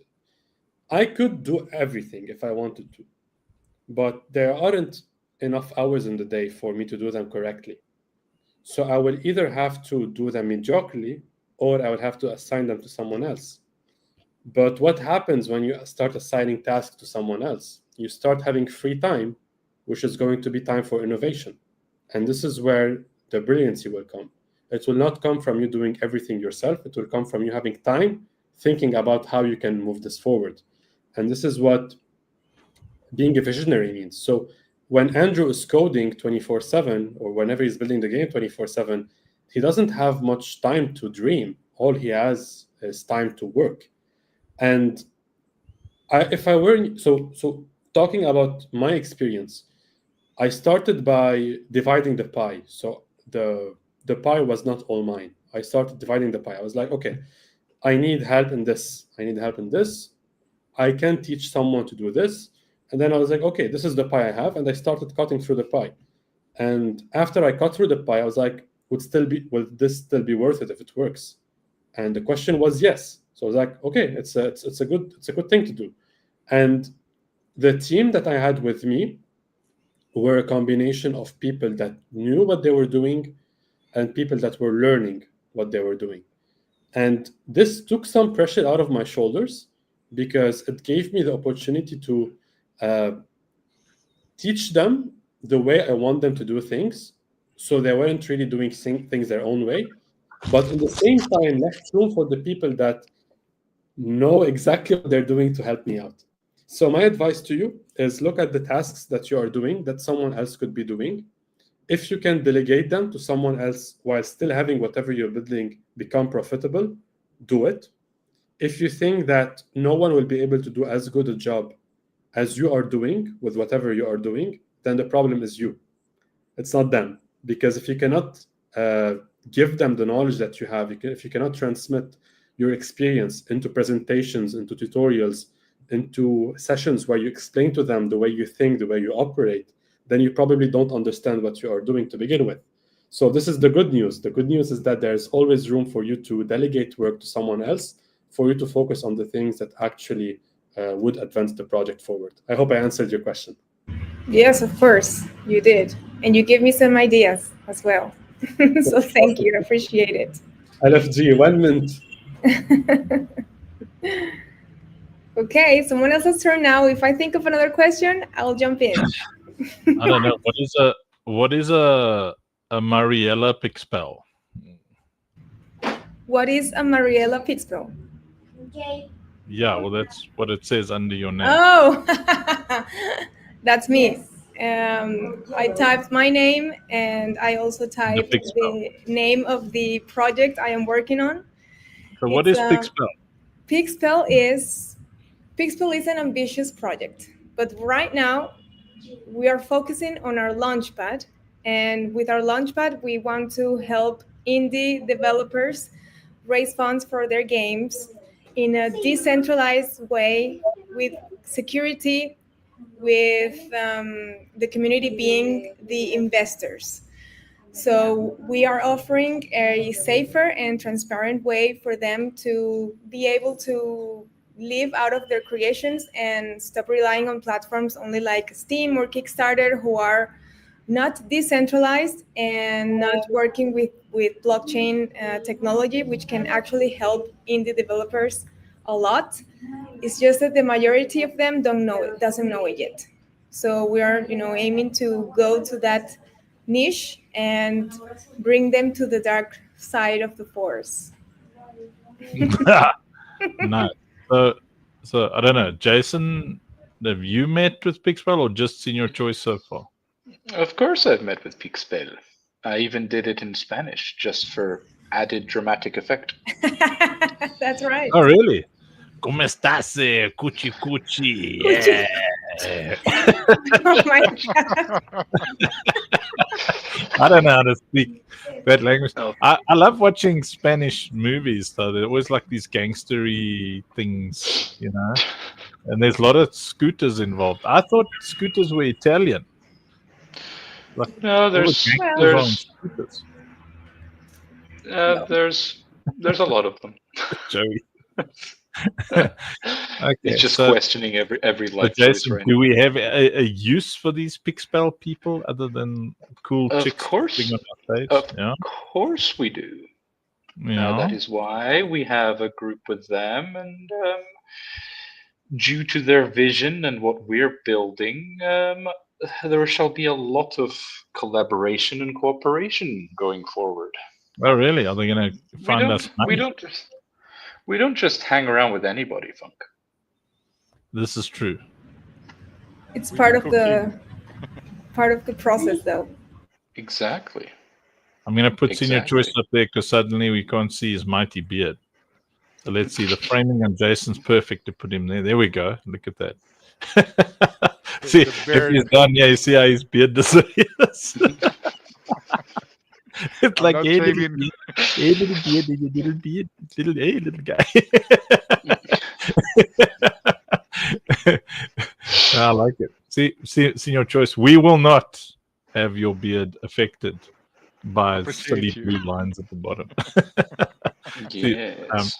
Jason's framing is perfect. Mine's Okay, always perfect. so is Pixpool going to help us make lots of money, or do they charge like? Hey, like chicka-jing, we will help you to raise money if you pay us $5,000. Yeah, exactly like that. That's actually how Mariella does the marketing. Like it's just her, in a video going, "Ay ay ay, this is the Ay, ay, ay. Citadel." Cocaína. Ay, ay, ay, this is the city there. You must invest in Unkel Funk.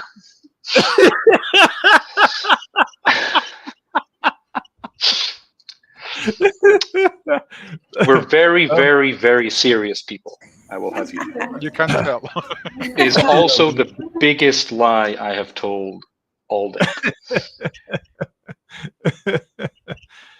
Hey, Kay, are you still on Facebook? Kay Richardson. Yes, it's Andrew's voice. And my sexy body. I've got a dad bod. I'm 51 years old, and I'm very happy. Who's Mia? Mia's very proud. Who are you proud of, Mia? Joey. Who's or Mariella, or Senior Choice? Mia on X said proud. Or are you proud of Jason? And Wildflower on Arena says 51. You look 50. Man, that's a compliment right there. Where's my banning button? I run around with a wife. My wife is 50 years old, and teenagers are hitting on her. It's like freaking French genes. Come at me, bro. Listen, Funk, it's okay. You don't look a day over 60. It's fine, man. Yeah, no, I don't look a day over 60. I looked a lot older before I came into Web3. It's having a reverse effect on me. I mean, Joey's also being. Was that Mariella? I was going to say that when you do something that you love, even though you stay up all night, it doesn't make you look older at all. For example, before I worked in Web3, I used to work in the filming industry as a wardrobe designer. And you know that, yeah, I love it, by the way. You know when you are going to start, but you never know when it ends. It could last 24 hours. It could last longer than 24 hours. And I would miss a lot of sleep, of a lot of nights. And I still looked younger than many of the people who graduated with me and had regular 8-hour in office jobs. So yes, Their jobs suck. Yep. Yeah. I mean, I'm only 21. I'm only 21. Yeah, Jason's only 21. Hey, there's Tani V on Vanessa on Facebook. Hey. So Joey, I've noticed you getting younger and younger. Is that since you went into the psychotrologist side of things? No, it's since I cut my hair and shaved my beard. I'm sorry, gentlemen, but the way to look younger is not with long hair. No, long beard either. Yeah, I don't like it. If I shave my beard off, then people like, now you listen to me, young man. No. Hair is the way to go. You know, Uncle, do you know what Jason did? You know, I created the group with the Pixel family. And it's like, I'm only sending my Calendly and I'm jumping in alone. I will not invite Senior Choice, even though they speak Spanish. It's like, these people is too cool for him. Yeah, we didn't expect it. Yeah, I think I forgot to add your email. Right. Yeah. No, I mean, did Rob know there was a chick on the call? Otherwise, you would have had Rob in that meeting too, and it would have lasted for 2 hours. I'm telling you, he was keeping it for himself, thanks. I mean, I've got to send Rob a screen game, and he'll come jump on stage right now. I was also in the film industry. for a long time. I was a creative director, and then I was a director in independent films and all that kind of thing. And then I just got out because it sucked. That made me old. That was really horrible. I don't know. I think it'd be more fun being a minion running around fetching water and stuff than having to handle the rubbish at the top there. It's horrible. Well, yeah. Like Very all the little stressful. actors are like, "Oh no, AI is coming out! Oh no!" I'm like, I don't have to work with actors anymore. I'm like, yeah. Let me show you what I did, and Joey is going to tell us how he's going to mint all of these characters. I'm going to show you what I did with no actors. This is like, there's no footage from my game in this, okay? It just captures the spirit of our game, and it's called "We Need You, Commander," and it just touches me right in my soul hole. It's beautiful. What is this button? Yeah,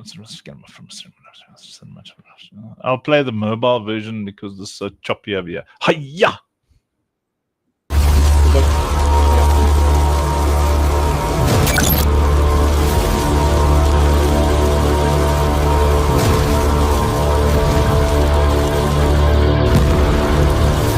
We don't just fight to survive. We fight so they don't have to.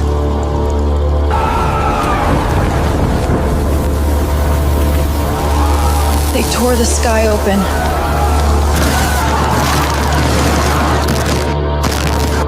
I was holding my sister's hand. And then... It's tearing the city apart. We need to get out of here now. The light swallowed her. We never saw her again.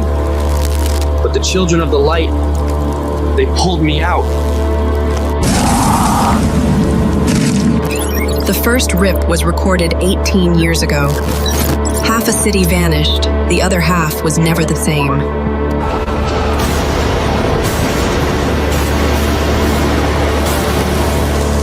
This was no natural phenomenon. Someone, or something, opened those gates from the other side.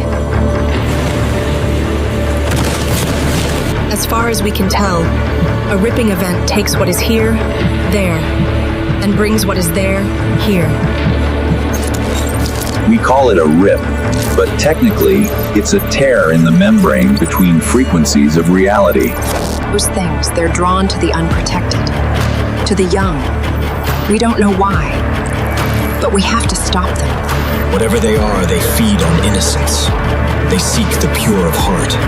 That's why they go for that which is most precious. Every girl safe. We need you, Commander. The innocent need you. Nobody will hold you back this time. Your wrath is our only hope. The children of the light are ready for you to lead again, Commander. You do not have the luxury of sitting this one out, Commander. We need you, Commander. We need you, Commander. We need you, Commander. For Lucille! For Athera! Every girl safe!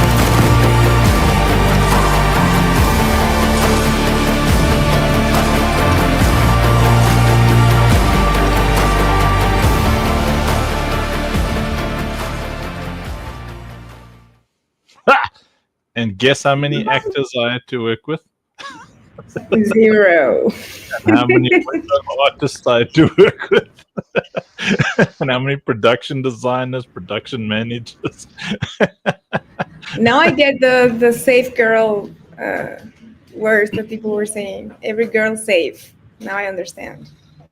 Yeah, we've got a real life NGO on the ground. Operation Safe Place is actually an NGO here in South Africa.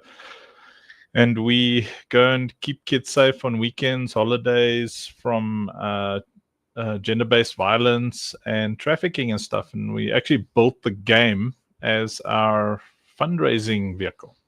So, so we're very, very serious. That's But nice. that's why we laugh so much. Yeah. Of course. That's what Senor Choice mentioned once, that gaming was being used for good things, not only to unite people, but to do good stuff like you're doing, like raising funds for organizations that need to save people or maybe sick people. This, for example, Sam Stefanina has also been doing stuff for children. I think, I'm not sure if it's children with no parents or something, or sick people, but Yeah, he he's did a also charity doing, stream. Yeah. charities. Yeah, that's right. Orphans. Yeah, thank you, Mariana. And it's great. It's great to use gaming for these things, not only entertainment. So, Joey, how does the Pixpel person? So you're just flying solo. Do they give you like a budget, or do you just have to be busy every day? They say, yes, some money every month. Now go you therefore and work your bum off and figure this out. Is that Pixpel? Is that what you've been told to do? No. Actually, I've been riding this ship from the beginning, from the start, while learning at the same time. So it's been rough, especially for me, because the marketing side is as important as the infrastructure. We have an amazing team of developers. My sister is the great designer, and the team is growing slowly, but especially the developer side. So I've been having, the weight of the marketing side only on my shoulders, and I've been meeting people like, for example, Sarah Choice, Jason here, who was really nice to us yesterday. Marcelo has been great. He's been really supportive. He's been teaching me a lot. He's like talking about mentors. I've had mentors. I've also met people who wanted to charge $100 for half an hour to talk to me about how Web3 works. And we've been bootstrapping, really.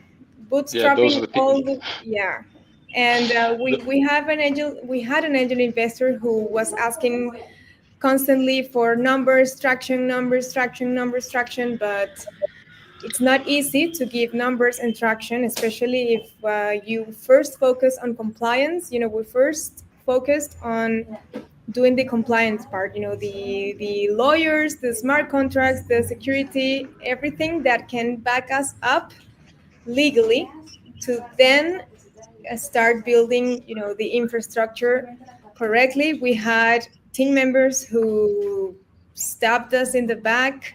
One of our developers, the head of developers, a year ago or something, he ran away with the code. We had to start everything again. There are people who I've delegated stuff to, but they don't show up. They're not consistent. So it ends up being only me again. So yeah, it's a tough journey, man. And building community while also doing everything, while having children and a life, it's hard. Yes, sometimes I want to quit, but I don't. I'm still here. And I think I'm crazier than ever.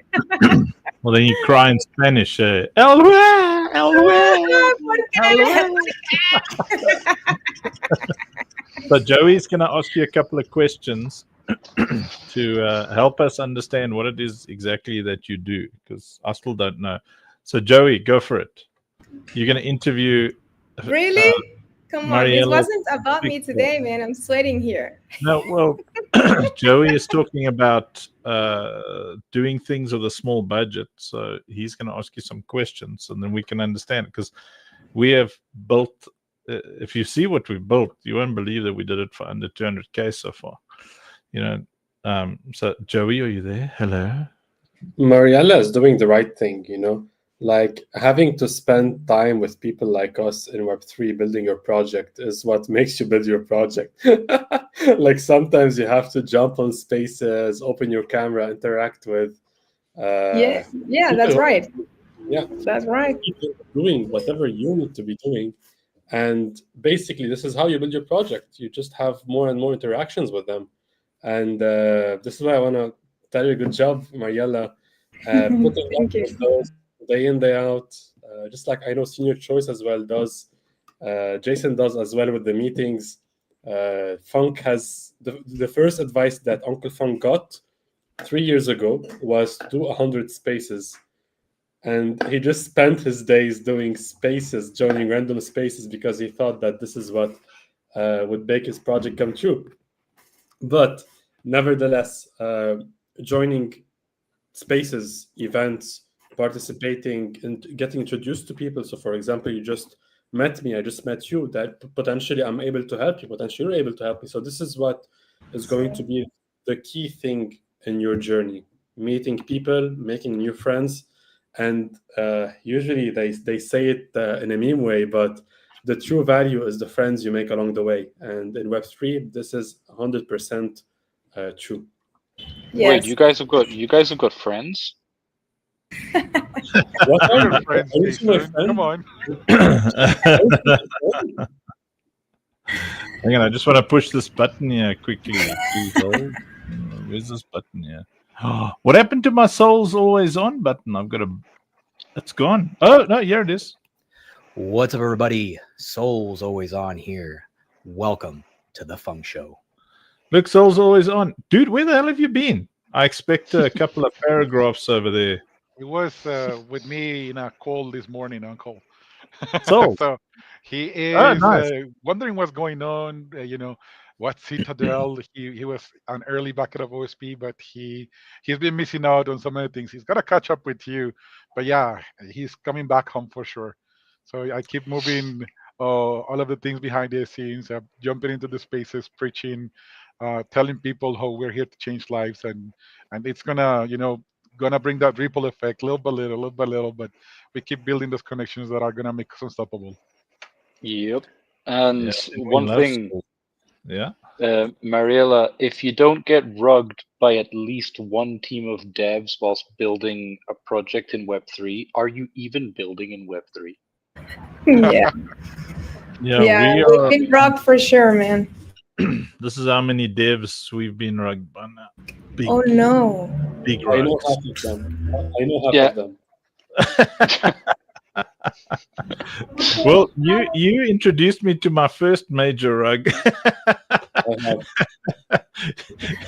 I'm not angry at that woman, because I think she's used up all the anger before we even met her. So you know when someone uses all the available anger in that relationship. So Oscar, what are you so angry about? Oh my God. Gives us a price, we pay the money. No, this is a bigger project than I thought. You must pay me more. What? That's all the money I have. Are we sure Joey is lesbianese and not Persian? I'm pretty sure I may have Persian roots, because being Lebanese. It explains the rugs.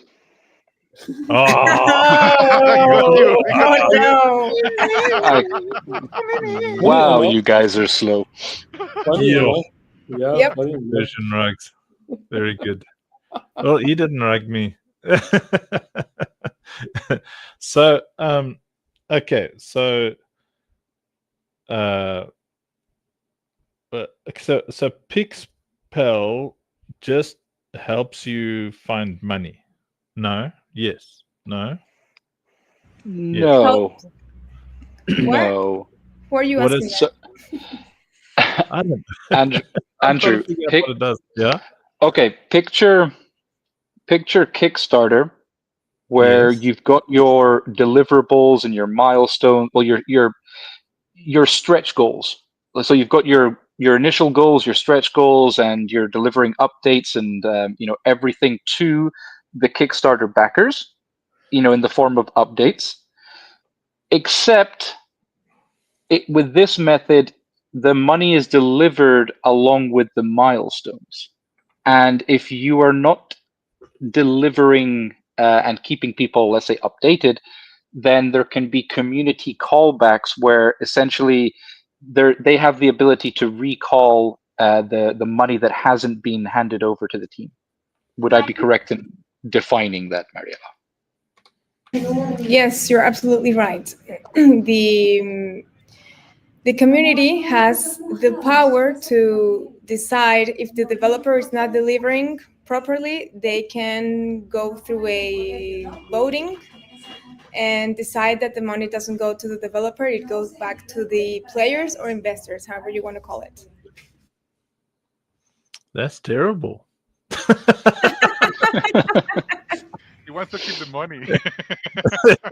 Are we going to build? So we do all the money, and then there's a vote, and then all my money goes back there after all the hard work. Well, I mean, if you're being all red flag around, you're not, continuously improving your game, answering your Discord, completing certain steps, people will notice and they will go through voting and say, this guy is not delivering, what's happening? We don't see him around, give us the money back. We don't have that problem, so it only makes sense, That's why the connection happens. Like, we have nothing to fear here. We're not going anywhere.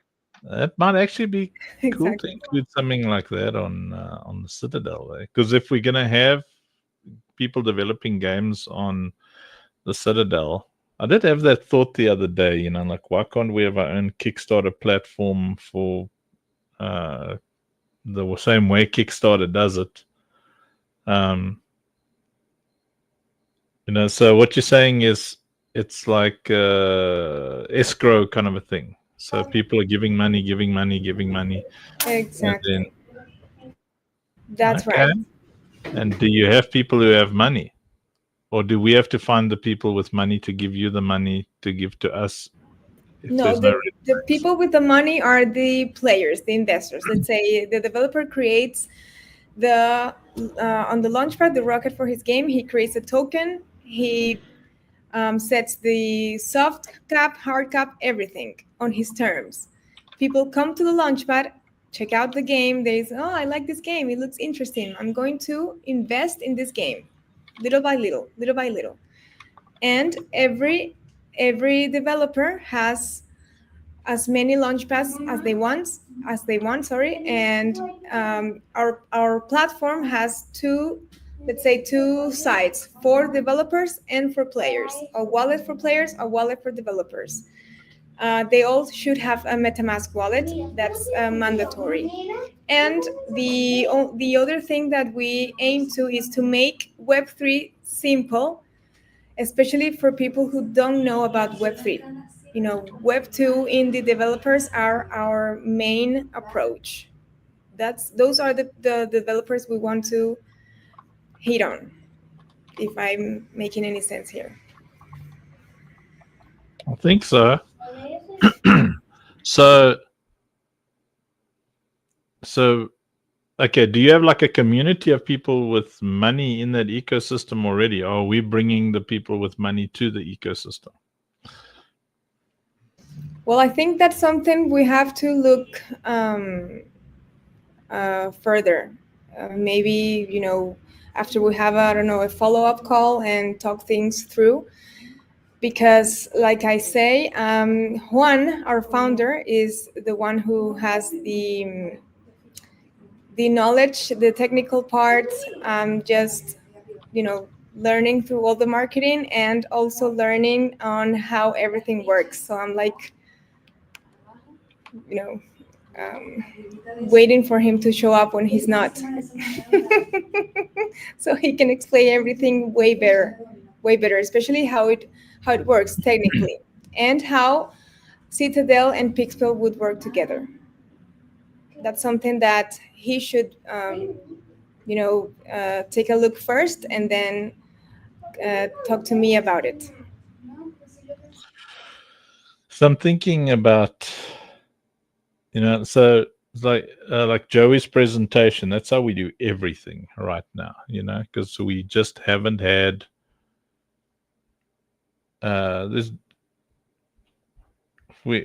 there's no communities. You know, there's no, like, we've got what we have. We've got, like, I think so at a push, I think we've got about 100 and something people in our community. I think. How many holders have we got usually, Joey? That's way more than that. Way more than that. I think our what's way more? community members per se, we're over 250, and holders we are over 500 or 600. Okay, so at a push, we're about 200, 250. Very few mega whales in there. Funk wallets are like 900 plus. Yeah, but those are all Giorgio's wallets. No, Giorgio has one wallet. Eh? Yeah, Giorgio has one wallet, and he's made it public. But Arena, the system that Arena has is when you migrate a collection or you graduate, there is a 2.5% of the supply that gets distributed to the Arena champions. This is why we have holders there. All them wallets. Okay.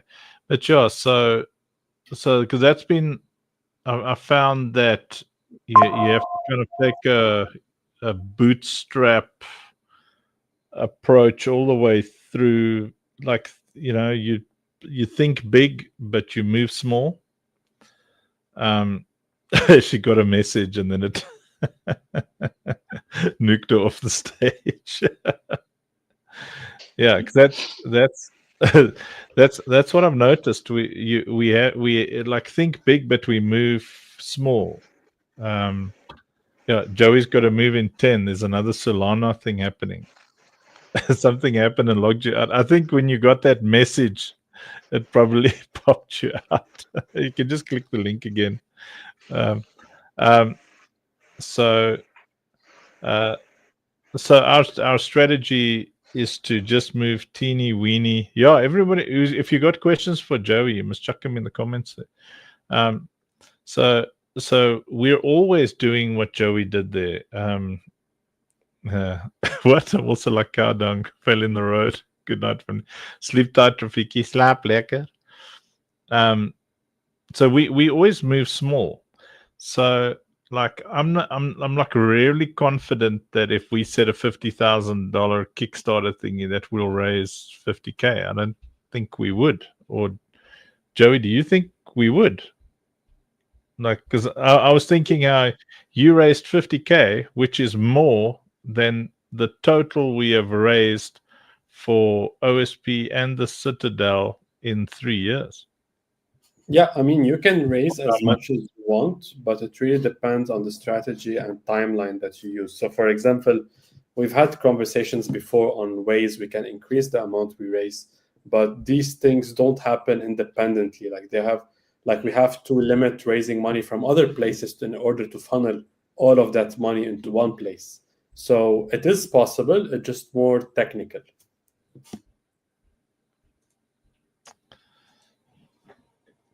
I'm with you. It's very possible.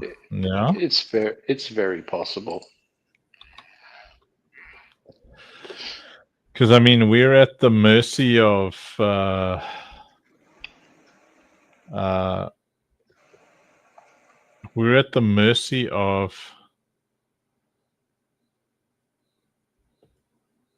these kind of impossible milestones with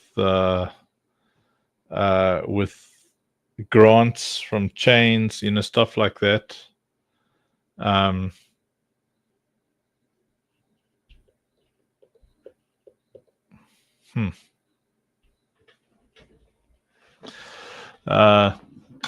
just thinking when you're, because our entire strategy, B says, oops, more funk fell into wallet. I'm just thinking now, our entire strategy is literally what Joey showed you tonight. What he did with the Doksukis is we move at the speed of our community, but I think with the Doksukis, you had a couple of solid whales there potentially. So 50K is a lot, Joey. That's like a lot. Yeah, but Andrew, also in this space with with the right strategy, positioning, and push, 50K is actually nothing. Exactly, because it was the opportunity I was talking about. It was an ecosystem that was degen and the new. So the same strategy inside an ecosystem that doesn't have this will not yield the same results. Yeah. It's, yeah, like pre-sales and well-positioned, the right fuel behind it, the organic presence that we have, the people that we have that support what we're doing. It's just getting to that specific stage with enough in place to capture everyone in a positive way. But it's more than doable, man. I mean, seriously, 50K. We're talking about on a global scale. Yeah, no, I don't know. I think so. What is our biggest income of a mint so far, Joey? What has that been? But you can't really look at it this way because people give you money in different ways than mints. So, Yeah, no, but I'm just specifically talking about the mints. I mean, look on our seed sales and stuff like that. We've raised close to 100K now. Yeah, those are still mints. So if you want to count the Web3 mints specifically, I'd say about $7,000. Yeah. So I mean, our total mint so far, and we'll probably do a 20K mint now on Katsu.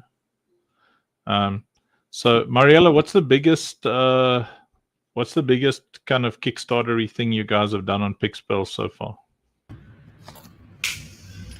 Well, like I said, we are starting. We haven't launched yet. We're not live. We're going to mainnet with Scale Network pretty soon.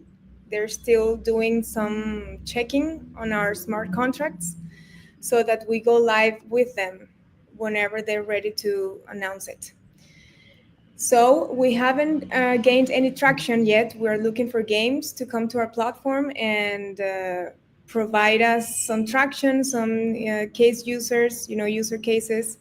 We're still early, man. We don't have the traction that Citadel has, of course. We're just starting, and Joey, thank you. We have been building since 2021, and I think this is finally the moment that we're ready to go and start having real users. That's why we also, we are starting our own spaces. So yes, I'm going to go on even more spaces. Juan is also going on more spaces, creating connections. Many people know who we are. We just need to continue growing our community and finding good partnerships that can be beneficial for both sides. That's what we are aiming for right now. And it would be great to actually have, like Joey did, a presentation of Pixpel. Juan present here, he can answer all the questions that you have on call that I unfortunately can not answer, or maybe I can, but you make me kind of nervous and I get all sweaty. Juan is the perfect man for answering all the questions that you have, and it would be great for also the community to check out what we're doing with a proper presentation, to come even more prepared. I didn't expect anything of this. I just came here to hear you guys out. And how we build relationship. Yeah, no, I was just thinking, okay, but that's interesting. I didn't know that you guys were starting, and it's interesting that you're on Scale. So on Scale and Concordium blockchain as well. Concordium blockchain is all about the security. So with them, we built the NFT safety warranty. So that's how the scroll works. It's with Concordium, and the gaming part, with the no gas fees, etc., is with Scale. We're also looking to partner with Avalanche. With actually, Jason mentioned one yesterday. So we are doing our research, and we are hoping to contact them as well to start partnering up as well with them. Yeah, we're kind of same axes. All roads lead to the Citadel and end up on Cizay. Good news. I need to remove this here. Remove. And then I can add this. Uncle, I have a problem. What's your problem? That we only got 100 names in the list, and we got 101 people that needs to be there. Why have we got 100 feed names? the community there. Is that how big our community is?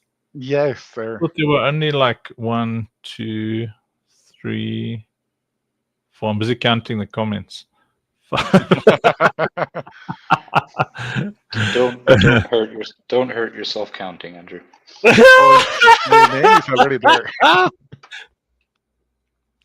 I think we should play. Okay, so my name. No, you gotta take my name off there because I can't get it. Look, there's Broden. Jeez, Broden. I mean, where the hell have you been? Souls hasn't been here for years, and he got here before you. Jarmio says, "What list is this?" So, Jarmio, if you on the Citadel Discord, you go there and you say "Yo," and then Senior Choice puts you on the ducky race. It's a ducky race, and on the ducky race, you can win the things. You can win a date with Joey. You can win a sting from B. Wait, Uncle. Twisted's being racist. He says, "Take me off race." Do you know what happened, Unks? That when we prepared the race for the Lebanese commentary, he ran away. So we need to go resummon him for his commentary before he escapes from it. Joey's a busy man. He's like he ran away now to go to some Solana convention. Okay, then maybe we can do a Spanish one, right? Because Mariela is already in the list. ¿Cómo estás? Cuchi cuchi, señorita, cuchita. Would you be up for it, Mariela? Well, I mean, I'm already here today, being fired up. So yes, of course, I'll do it. All right, let's do it then. How long do you think that you can? The Latin people have the style on los partidos de fútbol. ¿Qué le pasa a la pelota? You wanna go with that style, or you have a different one? I don't know. It's my first time. Okay, let's do 60 seconds, and I'm gonna have to go DM Pat up there and Joey too, because I'm gonna give 3 Lucille's from my personal collection. Then I'm gonna be like, hey guys, No. Are you giving away your Lucille's, dude? Yes. Do you have any idea what you're giving away? Yes, sir, I am. But that's how giving we are. I don't think you do. Did you click on that link that I created today where I yes, showed I did. what primes do? Yes, yeah. I do. I don't think you should be doing that. Senior Choice. That's like giving away a house or a car. Yes, I am aware, Uncle. Fine. And I got an ultra exotic, but that one I'm not giving away.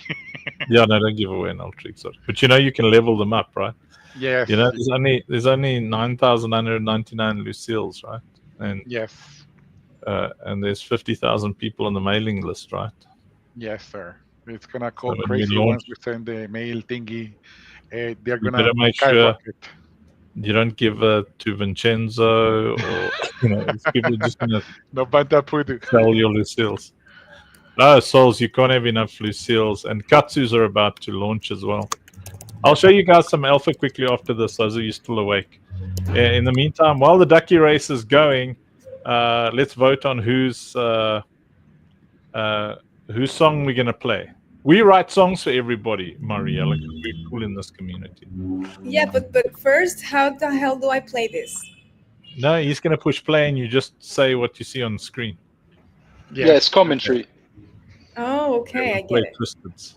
You ready? We're throwing you in the deep end here. No, but I'm not going first. I want to see an example first. Okay, Senior Choice. Dale tú. I'll do it in English. I'll do it in because right, he's going to do it in Spanish. Okay. En Do it in español. or do it in Afrikaans, Funk. Show her how it's done. Yeah. In Afrikaans. Yeah. Yeah, do it in Afrikaans, man. No one will understand a word I'm saying. At least That's the whole point. That's the whole point. It just has to sound ridiculous. Okay, here we go. Oh, the old time radio. Yeah, we can go. I'm gonna go with the old time radio. Where's my tunes? Yeah, have it ready. Here we By go. the way, Okay, let me just make sure. No, that's not the old time radio. On These the are meantime, Onks, to let know Mushi and There all we the go. rest that been waiting for some of the NFTs. The towers, like the Lucille's, were already reminted, but the towers are still, like, I believe, waiting for that remint to happen. So Bob there kindly request me not to keep spreading them around because it complicates the things on the remint, and you guys know what happened. So that's why I'm sacrificing my Lucille's, even though I have towers to give away, because I want to wait until the towers are fixed to get back to them. Okay. Well, I'm ready. Okay. Dan iemand anders niet. Ek en jy wat weet. Iemand anders nie. Ready, Uncle? Okay, here we go. Pew, pew, pew, pew. Yeah, so now, of course, it's time for the ducky, right? And we will spot it every year. Oh, Amanda at the bottom there with an Anthonius 5 and a funny little red duck pulling, well, not ahead, but sort of with disgusting. Oh, that's a disgusting name. The Nero at the top there pulling ahead. Mushy, obviously, with that funny little green hat. So cute, yes. Pulling a Blizz 452, holder of almost 60 million funk. Start to pull back Marcello, mentor of Marcella.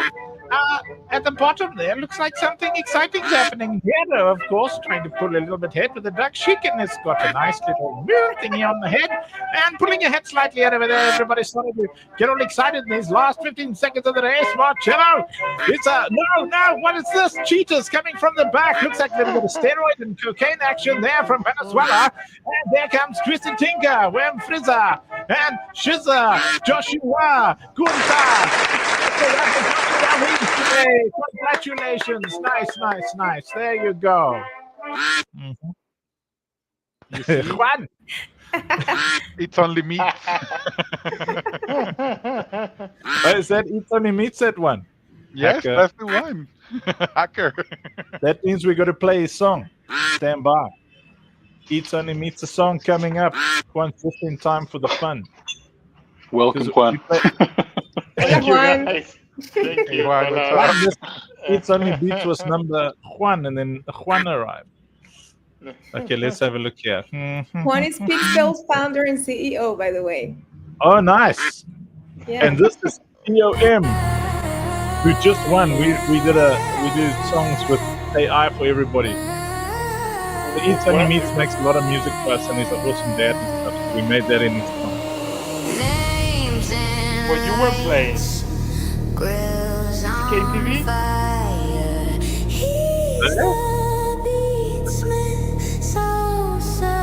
Yeah, he's in there's like 528 people in Arena Social. Makes only beats, yeah, that's the creed. Makes only beats, yeah, that's the creed. Yeah, Juan's one of us. Smoking the air, barbecue heat. Family dancing, life on repeat. See, Juan's all up for the funk show. Yeah, Juan is like, he's there for the funk show. Oh, turn it up. Somebody turn something up. I'm standing up. Let's go!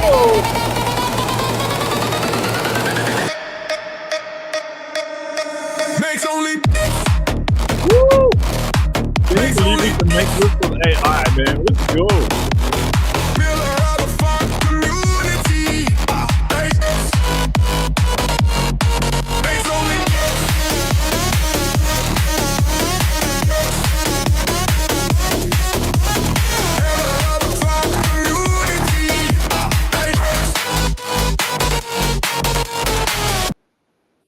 Enough of that. People are going to think we're a fun community.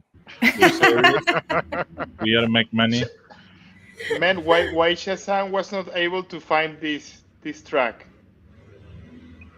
These are ours. We make These are ours. We own them. We make them. They're for our community. We're pepe. Wow. For our cult. Wait, I'm looking in the wrong direction. Let me go over here. Boom. Welcome, Juan.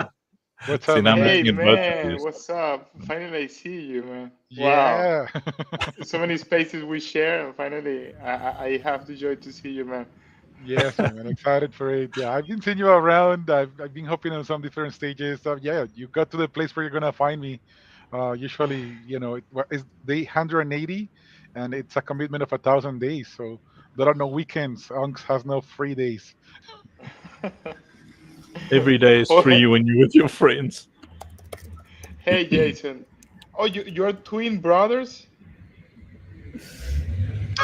They did have a resemblance right there, right?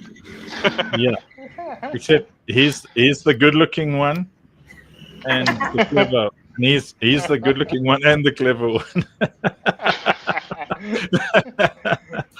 and the younger one. And the younger one, yes. Of course. Yeah. Yes.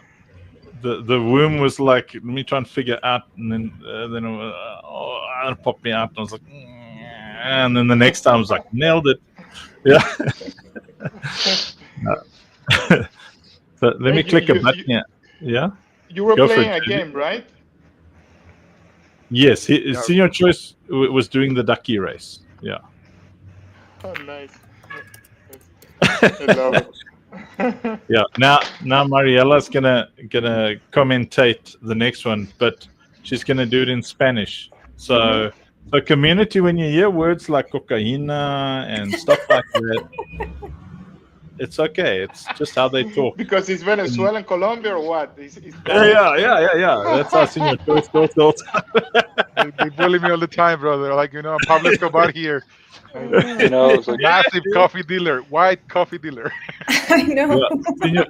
Senior Choice only goes to the airport if he thinks I'm going to be there, because not only is he Muslim, but he's also from a place where there's lots of cocaine. So when they stop him for two things.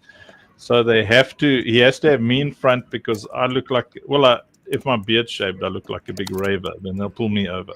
But maybe with my beard, they'll just leave me alone now, because I look like an American racist. So they'll just let me through. Oh man, That's one way of describing Assalamu it. alaikum. Alaikum salam wa rahmatullahi wa barakatuh, brother. Yep. There we go. Wiz, I just wanted to quickly show everybody what Senior Choice is giving away, because he's crazy. Just in case you're wondering, somewhere here I've got the thingy here. See, so what they just said to each other were they like potatoes and salamis and stuff in Spanish. But there was no cocaína in there, or coffee or anything. They were like all about the piece of You're God. you're just jealous because Sounds like you're selling weapons. Yeah, everything I say in Afrikaans sounds like, South Africans in all the movies. We are the mercenaries and the gun dealers, and we all talk like this, eh? We're from South Africa, and we talk like this, eh? You want to buy some weapons from the arms dealers, eh? Yeah, we talk like this. Yeah. Yeah, we have a potato in the mouth. Yeah. Yeah.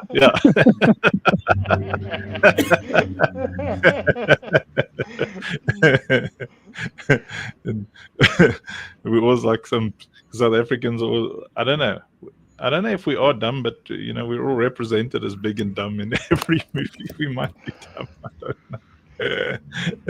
Yeah, man, your accent is like the Irish accent. It's just that it's way more understandable than the Irish.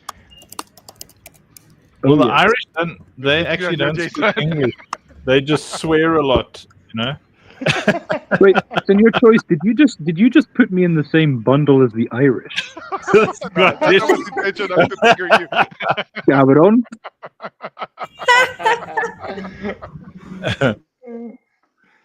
I'm from a far sexier place. I'm from You're Scotland, the man. one, the guys wearing the skirts, I know. Hey, listen, it takes a real man to look that good in a skirt. Yeah, 100% agree with that. So let me just complain about what Senior Choice is giving away. It's probably too small for anybody to see anyway. So, but okay, so he's giving away Lucille, and that's one of the primes. There's only 9,999 of them in our ecosystem, which, you know, in a place where at launch we'll have 5,000 players, and each player needs, you know, upwards of 5 to 10,000 NFTs to even get to mid-game content. They need 16,000 NFTs for end-game content in a loadout, and the key deciders of what your loadout can do is really the primes that are put in there, and you'll see here that Crispus affects endurance up to, I don't know, maybe I can zoom in on this. Let's have a look. Can I? No? Yes, no? Looks Yes, kind of it's zoomy. Nice. Yep. See, so that's the one over there. I broke something. I broke something again. Ooh, excuse me. I broke the whole presentation, as is Michael. Ooh, bless me. Okay. So, more you guys get to understand the ecosystem.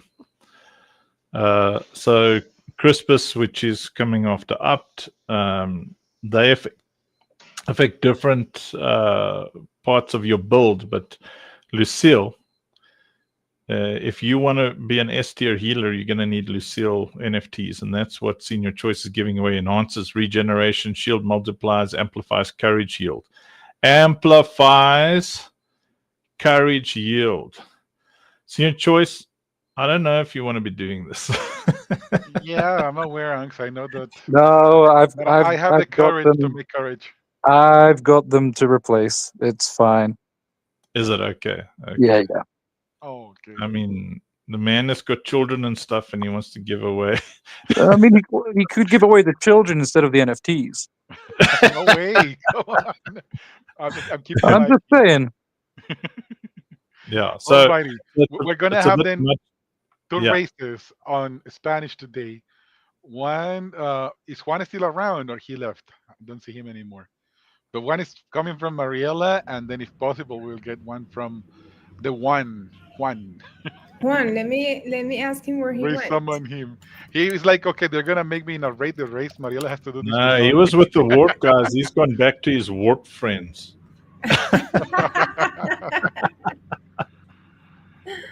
Alrighty, Mariela, you ready? Claro, por supuesto. Okay. Pew, pew, pew, pew. Pew, pew, pew, pew.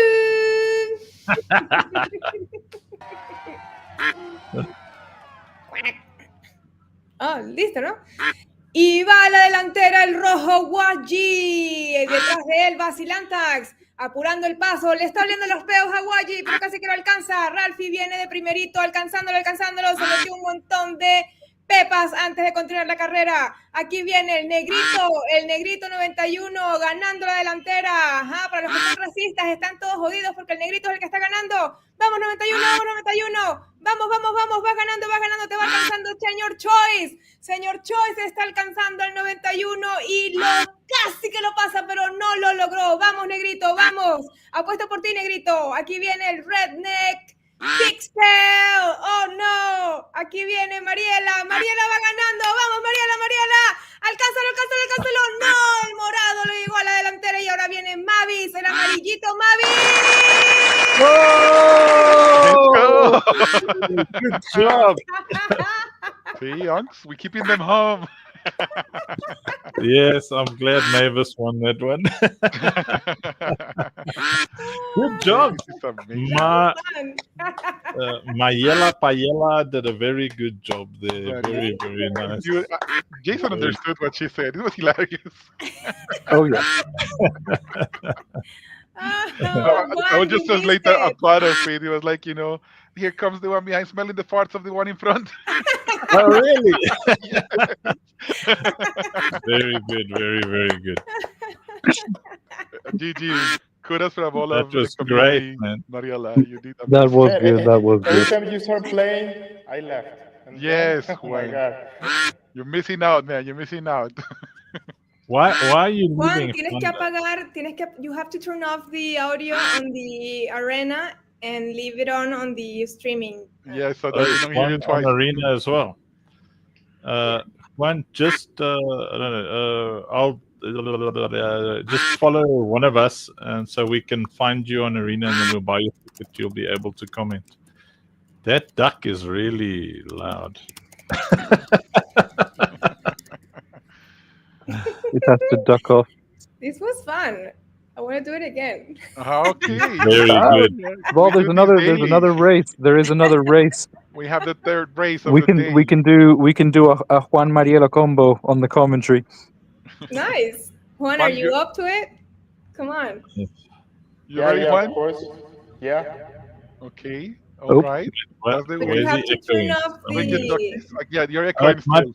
It might be the ducky that's echoing. Let's see. Oh yeah, mute the duckies. There we go. My bad. Can you hear me? Yes. Yes. Perfect. Yes. This is for you, community. Yeah. Oh, wow. We're playing again? Yes. Okay, but you have to they- comment. Tienes que comentar en español, en inglés, however you want. It would only be fair to remove the Spaniel. winners Where? to make it Where fun, do I comment? to make space for Juan to participate since he's joined us today. So he's gonna have a chance as well. This is so And fun. Pikachu's gonna be suspended. Let's go with one. Yeah, you can remove Mavis because she just won. Perfect. Let's go for the M. And maybe it's already one, and Eats Only Meat's already won too. Yes. So one Lucille Day. That's already perfect to keep the doctor away. Yeah, it's Joshua. It's under Joshua. Yep, and let me look. Joshua. Okay, here you go. Josh. The Perfect. comments, man. The comments are great. All right. You guys ready? Heck yeah. Let's do that in 2 minutes. Oh, well done. We have another name to add today because we have someone participating actively in the chat. Let me edit the list.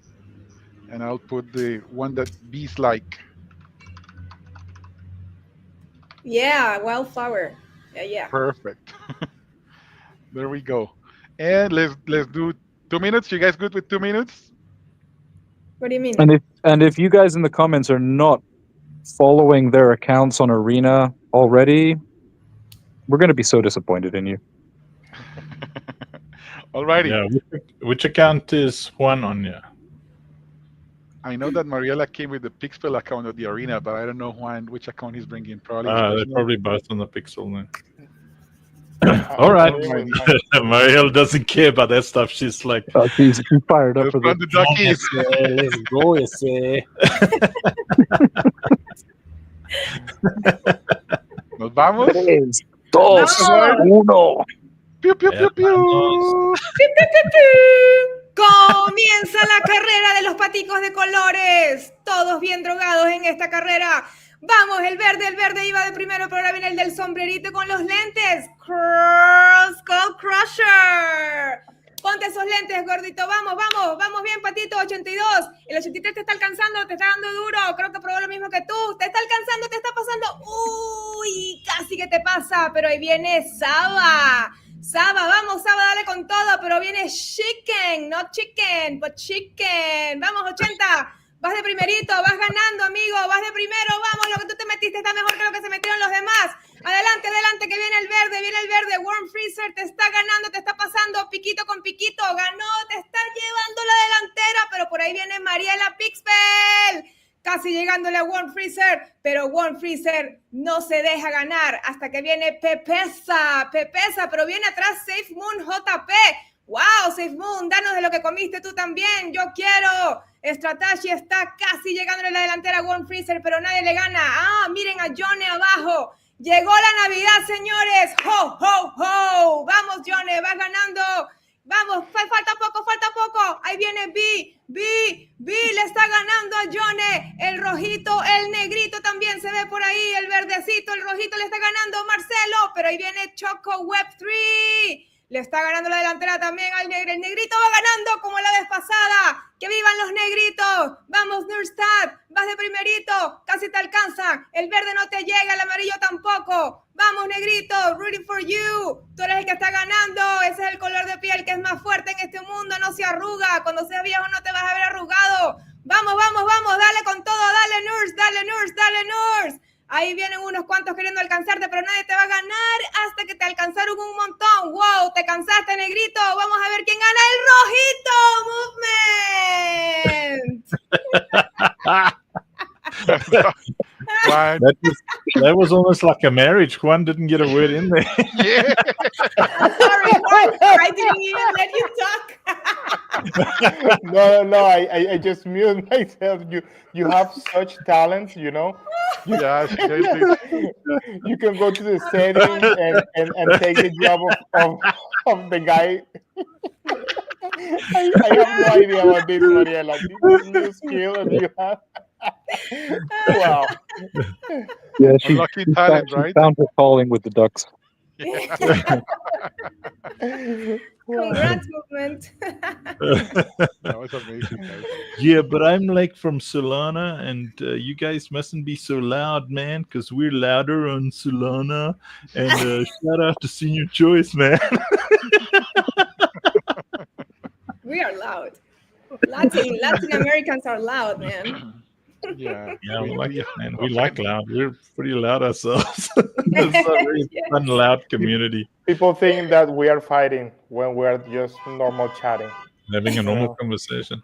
Yeah. So whose song are we playing now? I think General Kev wanted his song, eh? Mm-hmm. Or someone wanted General Kev's song. Hey, Peaceful. Hello. Hello, Mr. Peaceful. Good to see you. Punks. I think Yes. that you gotta bring the questions to Juan that Mariela was sweating about. Yeah, we're going to make him sweat now because it's still like daytime there. I'm done sweating. I'm done. Let's see. Where's the General Kev tune here, man? Where is it? I need a filing system. Why are you people judging me? You people. My favorite one is definitely the Mush song. Where's General Kev's song? Someone broke it. You need to play mine. Mine's better. Mine. I can't find the general. Let's see. That's a sign. That's a sign. How can Juan join the community? Which community? You're on stage. You're in the community. What he wants to? What? Join the Arena Social or what? Yeah, the arena. Mhm. Oh, just log in with your. Yeah, you log in with your exactly. So you just follow that link. I think go in with your Mayela account as well. So Juan, go in with that so we can just buy your tickets in case you ever want to come on there without the Pixel account. If you're bored one night, then you just let us know and then we'll buy you tickets and you're able to comment. Okay. Let me see. Where's General Kev? Where? He's in the chat. I see him. I just put like the access link to Arena in the chat there, so you can join with the personal account as well. Great. Thank you, Jason. No worry. Bunk, it's a sign. It has to be mine. The sign. Oh Fine. yeah, Ballad of General Kev. Maybe letter B, Uncle. There it is. The ballad. Thank you. There's the ballad. That was Buddy Key. Who's that legend we're marching for? Kev Barefoot! Kev Barefoot! The man who never needed a boot at all. Once there was a soldier with a camel race dream, camel at his side and a glimmering gleam. Arrow in his knee, still charged the fight, yelled pain is a myth and bit the arrow bite. Squad! Who's that hero with the sunburned toe? Leader old Kev from long ago. What did he eat for 7 nights? 5 grains of rice and pure delight. Barefoot Kev, marching through the sand again. They say he once defeated 1,000 men with nothing but sarcasm and a camel named Glenn. He stared down armies, told them leave my bow, then tripped on a rock and still kept control. Left, right, rice, right. Barefoot Kev don't need no bite. Left, right, camel stride. Victory tastes like sand and pride. Kings wrote scrolls and bards wrote songs, but none could capture Kev's rice tongues. He built the fortress out of jokes and sweat, then sold the blueprint to the internet. How many warriors did he slay? 1,000 before lunch that day. What did he use, a sword or spear? Just a knee and a smile of fear. Barefoot Kev, the legend true. If he had shoes, we'd all be through. So raise your rice and tap your feet to the barefoot hero no boot could beat. Camel loyal, toe tips tough. General Kev, you've done enough.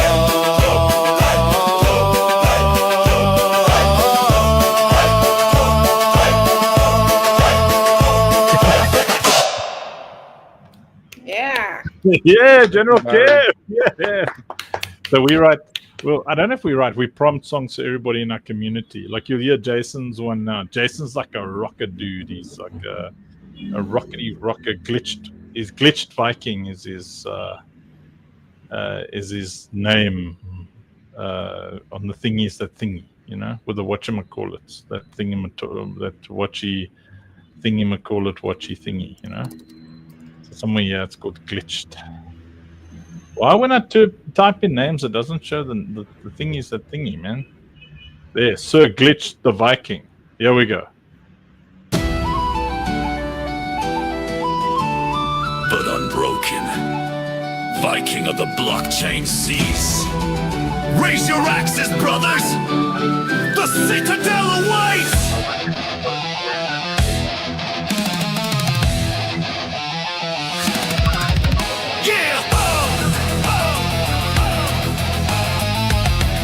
Hey, there's the baby!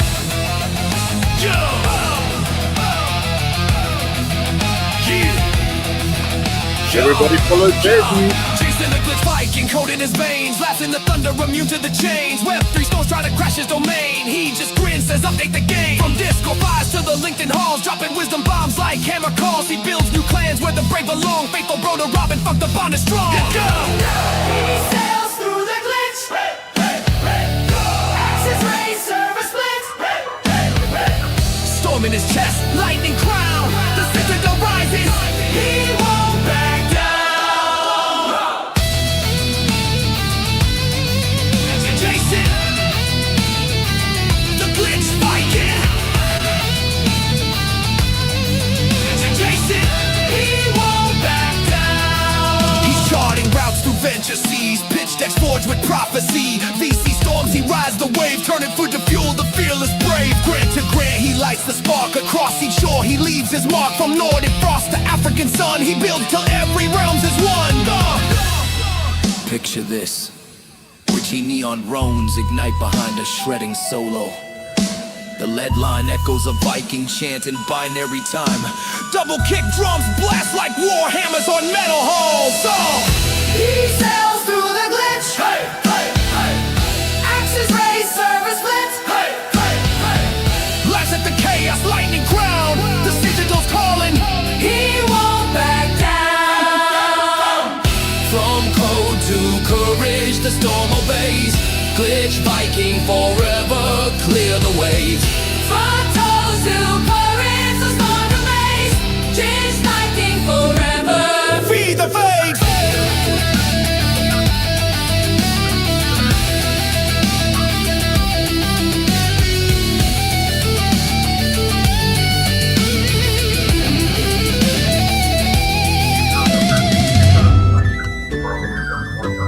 For Rob.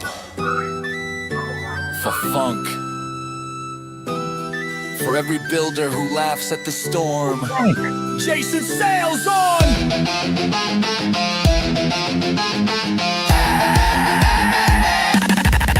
Take Lexi! Take Lexi! The Glitch Viking! Take Lexi! He won't back down!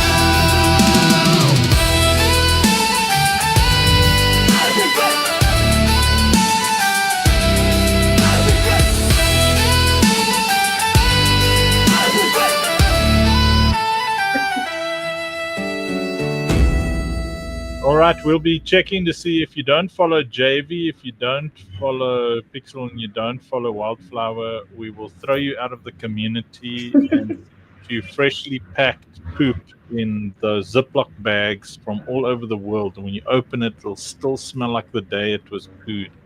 So you better make sure you're following those people, because I know that Viking poo is wow.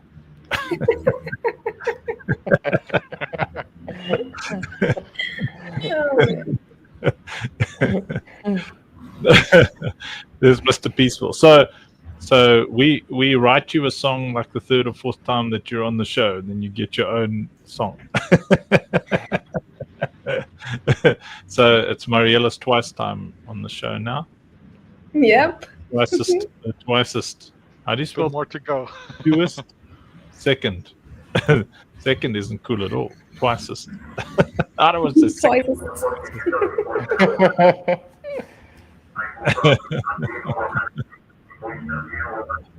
Yo, what's that sound? 40, laugh. Thought it was me echoing somewhere. The best song we've made so far is probably the Mushy one.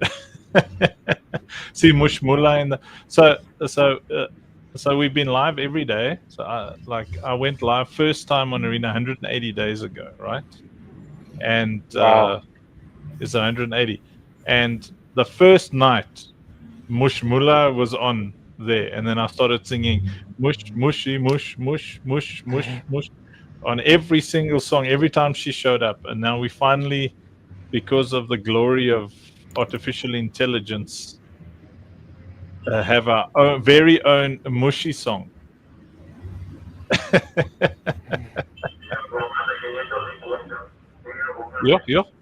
Yo, is that the cops outside there? That's the probably sellers in the street. Venezuela and Colombia is very similar. Yeah. Ladies and gentlemen, it's time for some mushy mush mush. Yeah, she's in Serbia, in loaded elephant park. Smile right or get cropped out. Now the funk fam knows it's mush mullah time now. Mush mushy mush mush mush. Yo, JB, Paper elephant rolling to the groove. Hey. Mush mushy mush mush mush. You snap that frame, attitude approved. You shall be kind, stay cool or your food date. Mush mullah, don't play with the root bed. Mush mushy mush mush mush. Yeah, say you're proud. Funk fam love got the whole world loud. Click flash, she captures your soul up. Real talk, real art, she's in control. Serbian queen with a coffee in hand. Shooting truth in the promised land. She don't fake smile, she makes them real neck. Every photo tells how love can feel, but test her patience. Come with hate, she'll eat you raw, clean her plate. Mush mushy mush mush mush. Camera flash, kindness in the frame. Mush mushy mush mush mush. If you rude, that's a risky game. Serbian chill, purple thrill. Ed mush mullah's peace, but she bites for real. That mush mushy mush mush mush. All night long, hands in the air, that funky song. Rolling through Belgrade, light just right there. She added kindness into every night. Photographer, dreamer, vibe set queen. Purple elephant rolling clean. She feeds the soul, not the hype, but cross her line, you the next type. No filter for fools, no love for fake. Only real hearts make the frame she'll take. Mush mushy mush mush mush. Every click's a vibe, every shot a truth. She's the root, feeds the real. That's the mush mullah meal. Mush mushy mush mush mush. Hands in the air, say it for the crew. Mush mushy mush mush mush. Good souls rise, the root get chewed. Yeah. Purple elephant rolling free. Photographer queen of the funk fam tree. Mush mushy mush mush mush. Serbia strong. Mush mullah love that eternal song. Smile. Be kind. Or end up in the stew. You end up in the stew, you.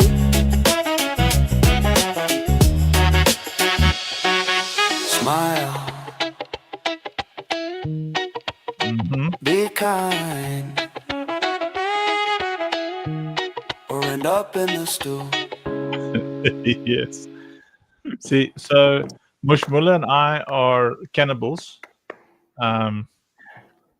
We don't eat clowns because they taste funny.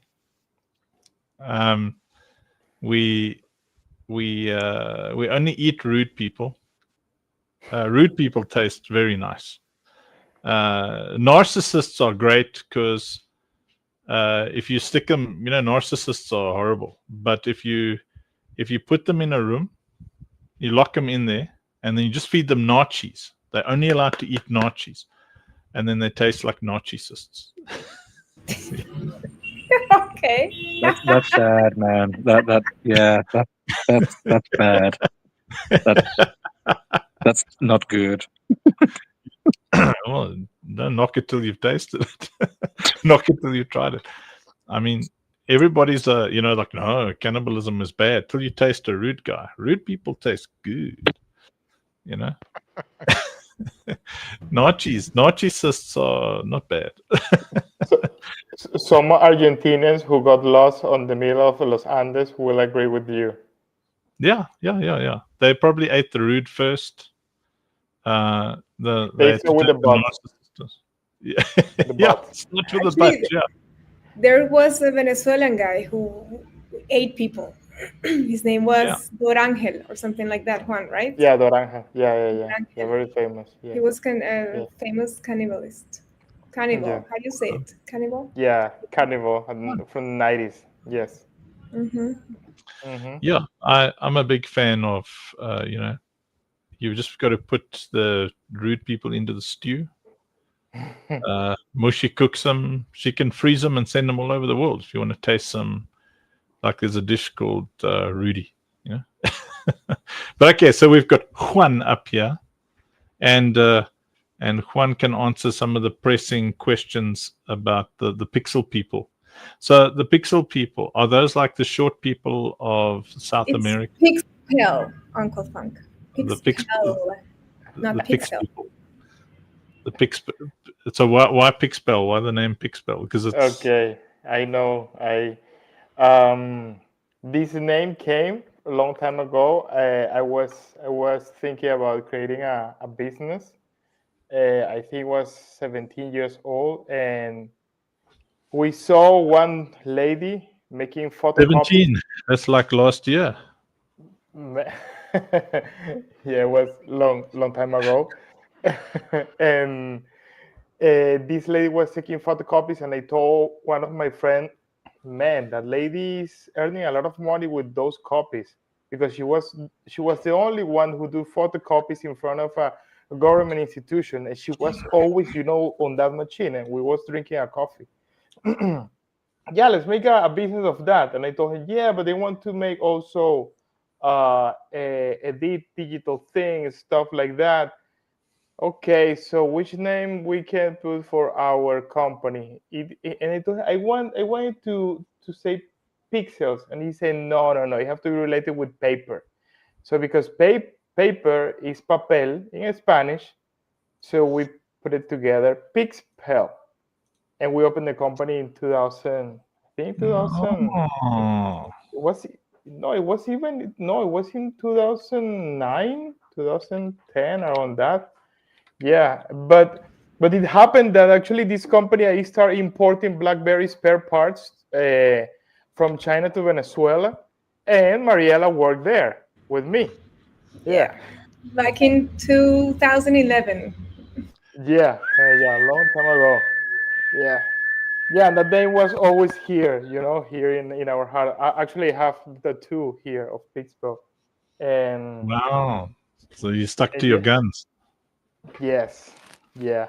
That's amazing. So, so your goal is to have a Web3 Kickstarter. Yes, like that same escrow system. Yeah, it's all about the smart contract. All about that. It's all about tech. No middlemen, no people who are, gating or, the corrupted people between. If this project is going to raise funds or this project is not going to raise funds. So no. Let's bring all this to the community, and the community choose. Let's move liquidity to community. Yeah. Move liquidity to community. So now, okay. So you've just started building. You haven't done a raise yet. The launchpad is about to launch. Is that right? That's what we understand. Yeah, actually, we are building. We're deploying on mainnet. This smart contract have 40 checks. We have 3 joint smart contract, and we start deploying Monday the launchpad on the Scale. The Scale is, we're part of the Scale ecosystem, and they are auditing the smart contract. They are telling us, take this out, move this, move that. So we haven't finished yet. We're testing with them. So yeah, I hope that by next week it will be live on the Scale mainnet. But we are on testnet right now. People can join, can create the rocket, can do whatever they want. Well, having the only game on Web3.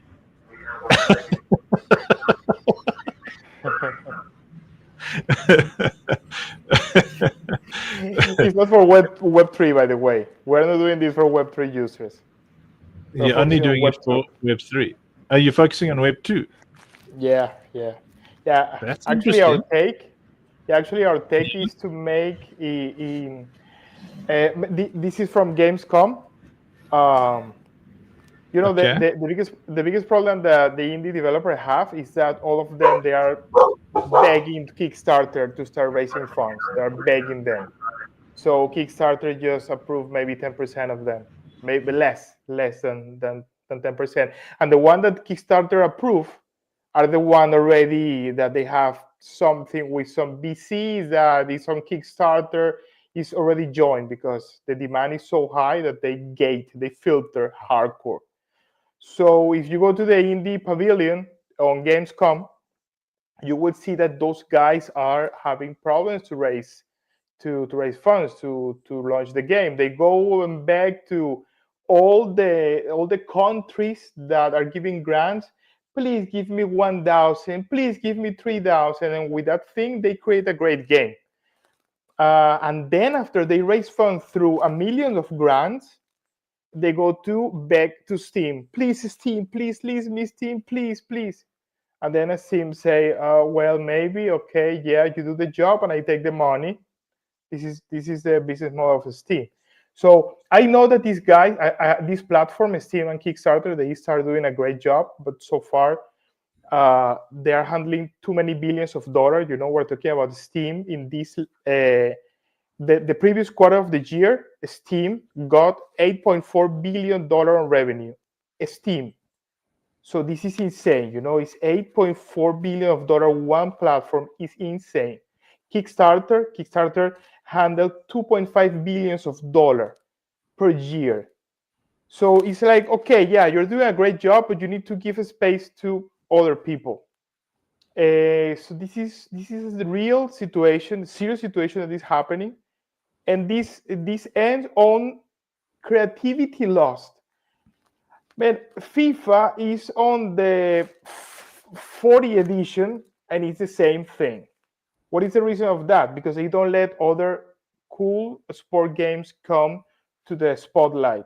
And the same happened with Assassin's Creed number 1000, God of War number 20. They are doing the same old thing because they know how to squeeze money from the people, all the gacha games.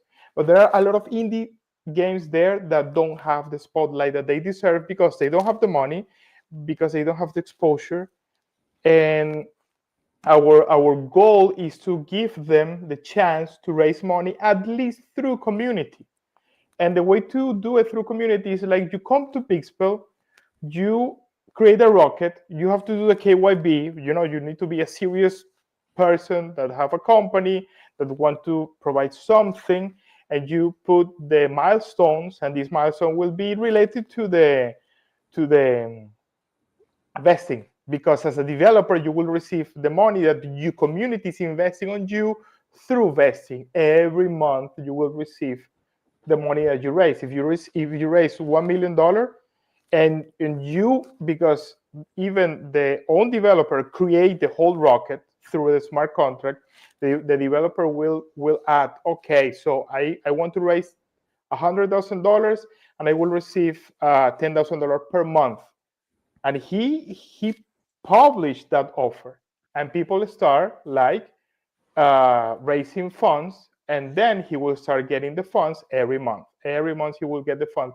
If he's not delivering, community just say, you know what, you're not delivering. We vote through a DAO, and if the votation go, the whole rocket go backwards, and the rest of the money go back to the people who the person who invests on this rocket. And it's all about the smart contract. It's everything on chain. Yeah, you can go to pixpro.io and you will see the documents and the smart contract and the legal things. Everything is an agreement between the developer, and it's an agreement between the contributor, the one who support the game. All tech. Do you have a community yet? Like, so, because are we bringing our investors to you? Like, so we're bringing our community to you, or is there already is there a community?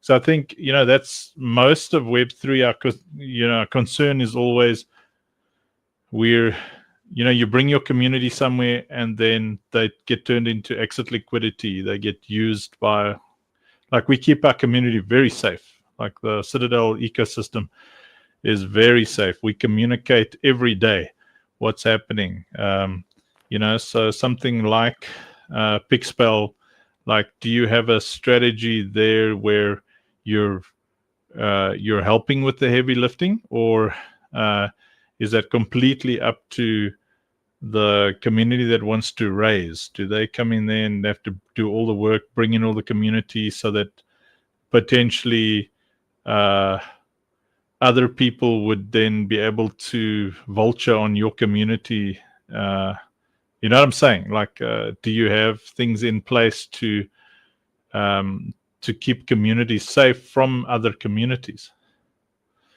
Well, we start building the community, I believe, a few months ago. That we start harder on this, on the space and everything, and because we focus mostly on the tech side.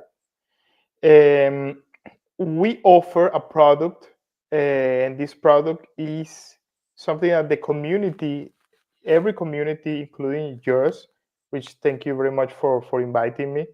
It's beautiful. It's very fun, by the way. They can choose which game they want to invest on it. Actually, the platform serves as a demand and offer. So the offer comes from independent developer that want to start raising funds. So he joined to the rocket and he created a rocket. He joined to Pixpel Launch, but he created a rocket and the rocket get public. Then you got the demand, which are the players, the contributors to this rocket. And so they will evaluate, they will see the game, they will see the visual, because we have the game lobby where they can see what the game have to offer.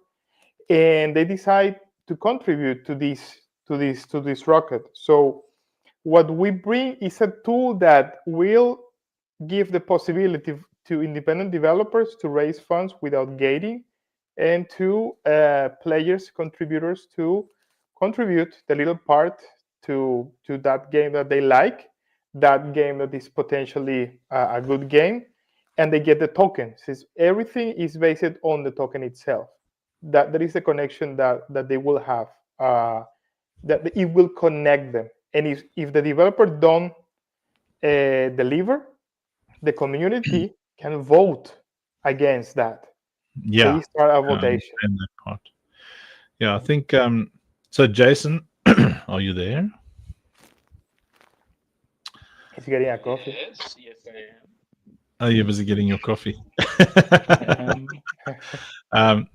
So I think you kind of hear what I'm getting at. So the reason we don't use Kickstarter is because I was involved in a team that did a Kickstarter raise, and they had to do all the work. I mean, I worked really hard to help that team raise, and they missed that In Kickstarter, you have to reach a certain threshold, otherwise you lose. And they missed it. They had like 5% to go or something. And Kickstarter helped them nothing.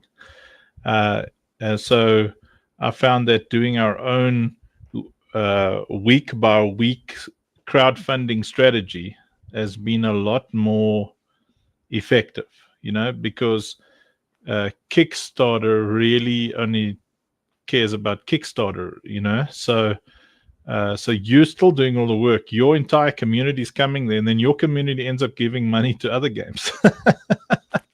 Now you've worked so hard to bring your community there, and so the big question, in Web3, everything is extractive, one end to the other. It's even more extractive than Web 2. Web 2 is like super extractive in its own way, but it's top-down extractive. It's like everything's a pyramid scheme in Web 2. So in Web 3, we'd like things to be less pyramidy. It's all about the community, right? So you work hard, you build a community, you bring your community to Pixpel. Now the question is there another community waiting there? Is Pixpel inviting other communities to invest as well? Or is it the same kind of vibe where we do all the work and it's just a tool? So it's just a tool that really favors the investor more than the developer, because the developer is doing all the work. So the investor, you know what I'm saying? So does this keep the investor safe from the developer, and the only thing really in it for the developer is a fundraising? I got you, man. Yeah, I got you. The point of view that you have, of course, is Web3 point of view, which is related to this community support. This community support that basically is the one who push the project up, and this is very particular from Web3. That the community is the one that push the project up. In Web 2, this rarely happens. So what we're trying to do is to mix these two worlds. The Web 2 world, which is isolated and depends on Kickstarter and VCs, institutional VCs, grant, etc., and the world of Web 3, which has the diamond of the community. So right now we're starting. So it's an open platform that everyone can join, and they pass the KYB and the KYC, and the rocket will be there. And this all is all automatic. We are not gating anything. We just keep everything in our file in order, so if something happens, we have the tools to protect the people who are being affected. The key point of the community interaction is not, it's not that we are giving all the work to the developer. No, we're giving to a developer one tool to have exposure to communities, to your community and to other communities that also know what we're offering on the meantime, because we're starting right now. So will be communities that will come here and say, okay, well, let's see what games Pixpel have.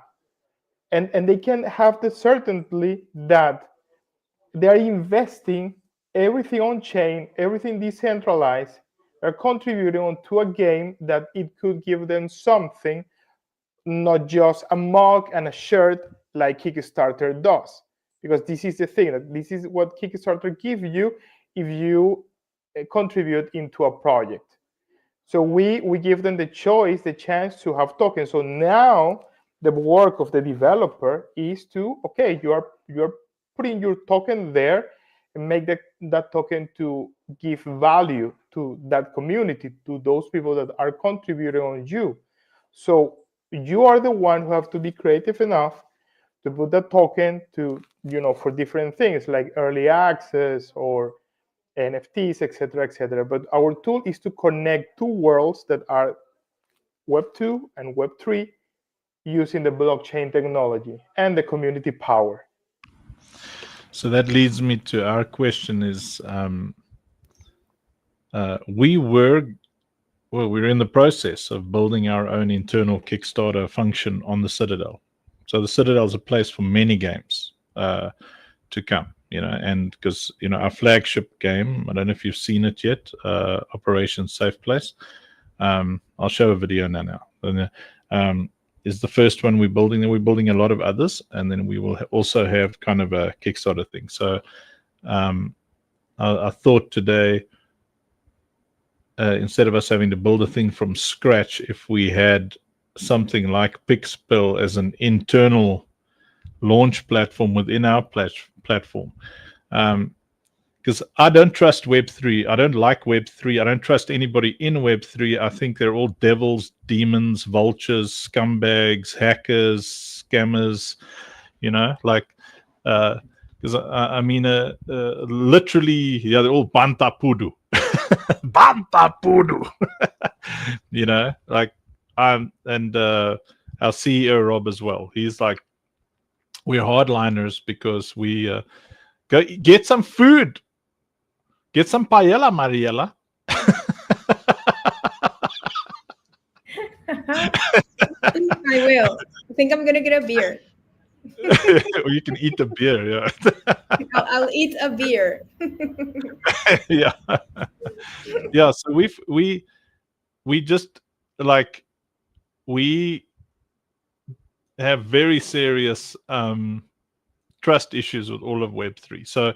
So and I think a lot of the larger communities have the same thing, because our question would be, does Pixpil have a strategy where you can actually serve individual communities and keep them safe? Because this is what the other guys do.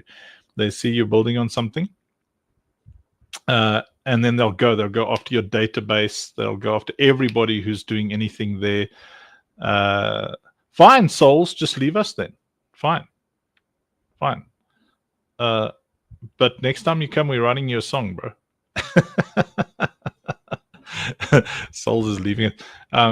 So yeah, you get where I'm going. There's man.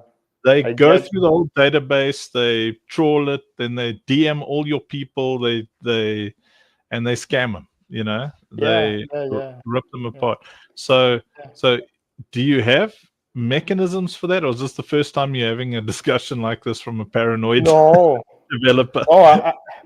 Man, I was working on the healthcare sector many years ago, and because I started playing play to earn games, I got a scam. I lost like $30,000 in a game. Woo! This Vietnamese got all the money and disappeared. I was Crypto Cities. They got $75 million.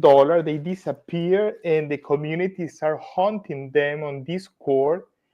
And man, they got some of them. They got the CMO, and they hit that woman, and they got videos of her being hit. They say, "What the fuck is happening? I don't want to see any of this."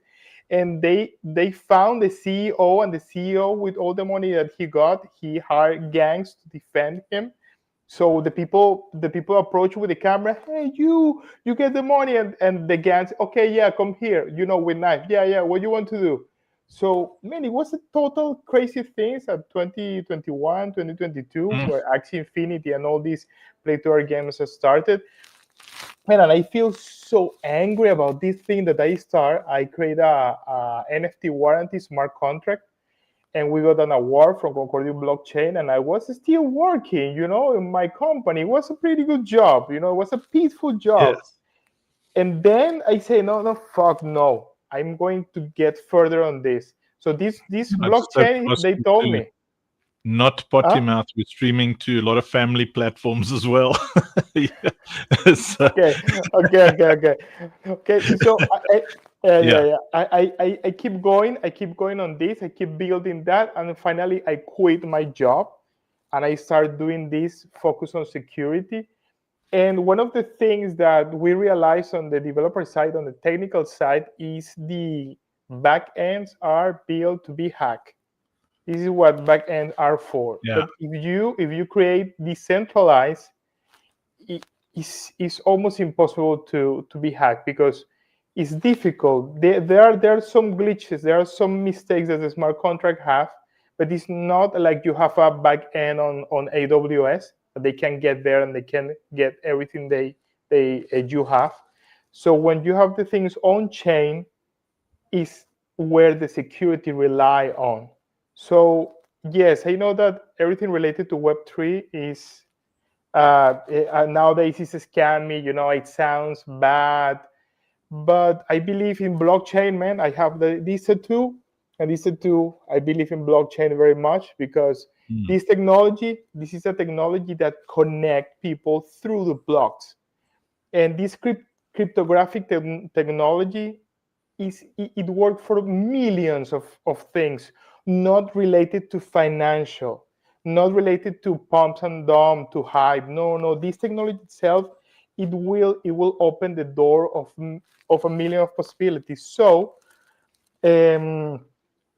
we build everything decentralized. So you need to have MetaMask, and what we offer is a platform with a smart contract that make things easier for users to get on board and to offer what they have to the people. And also the security thing is like, okay, so everyone think that this person is scamming, is doing a rug pull. Okay, just vote. Every user that contribute on this rocket, on this project, it can vote, and a votation will start, and people will have the chance to say, you know what? We don't trust you.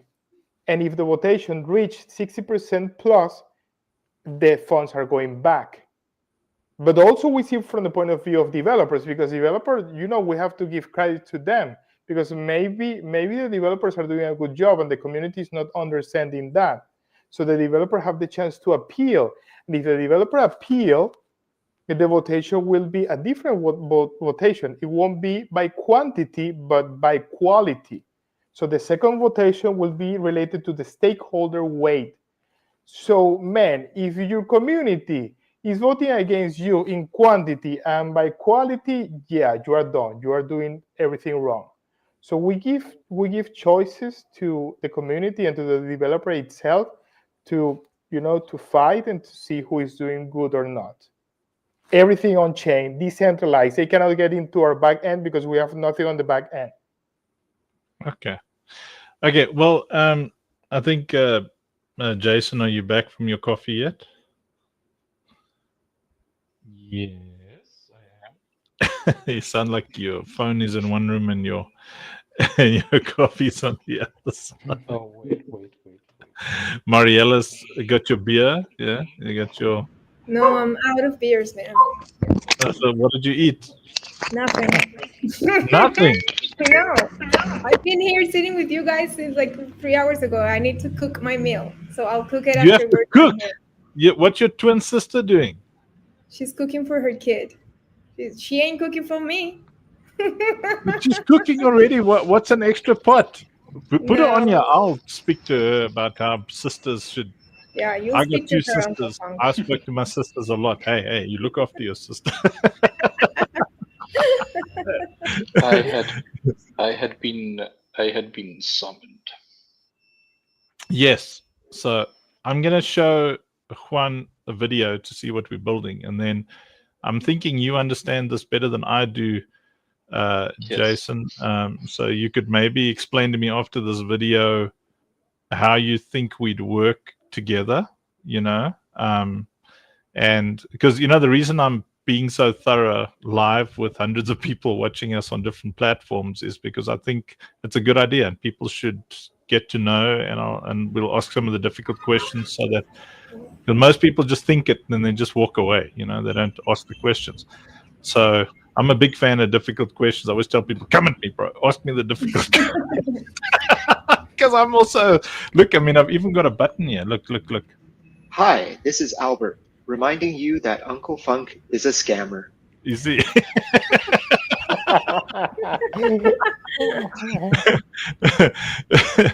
No, never forget the...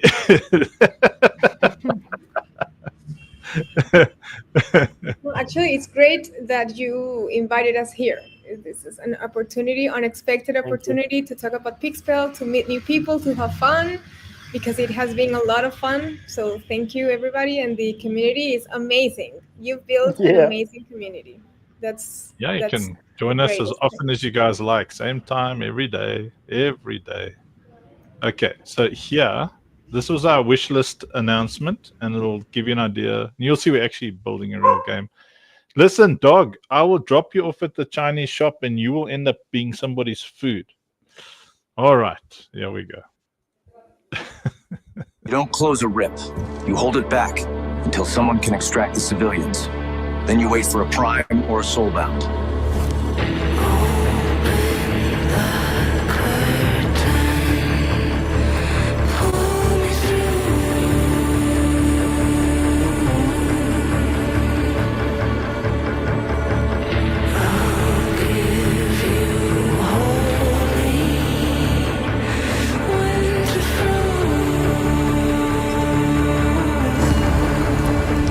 We don't just fight to survive. We fight so they don't have to. This fight is powered by Sei. Strength forged in speed, security, and unity.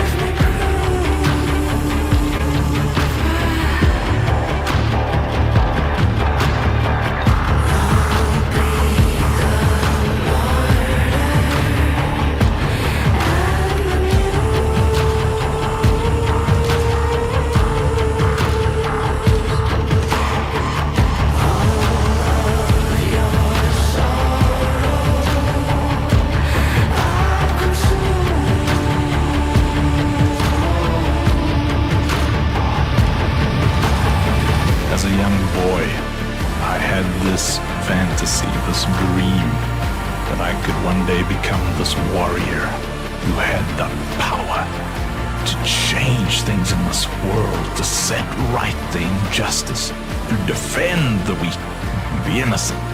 But you don't really get those opportunities. We aren't running around without shirts, wearing skins and stuff like that anymore.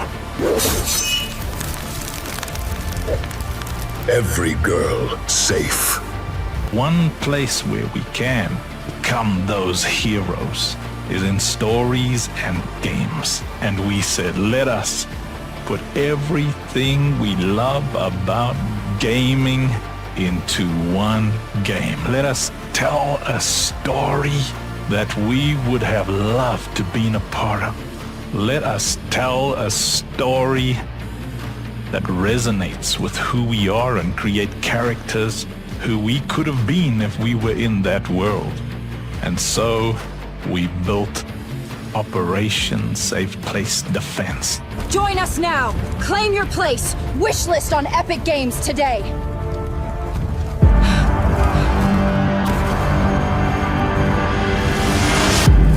We need you, Commander.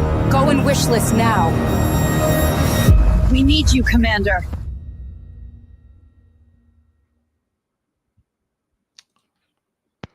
Powerful. Wow. Right, and it's an actual game, yeah. Which is probably the only one in Web3. So Jason, I see the cops are outside Mariella's place there. It's the hungry police. Maria, we approach your paella.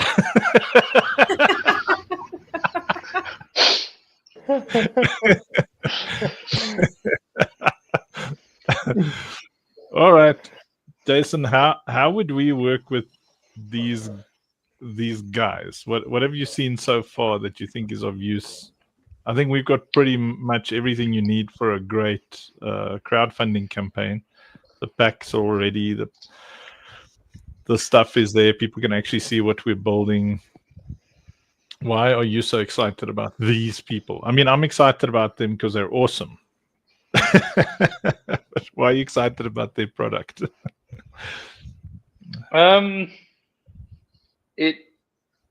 It solves one of the biggest issues, which is the underhanded scammery that goes on in Web3 launchpads. So platforms like, good God, what's the name I'm looking for here? Man, I have Spores. Spores, for example.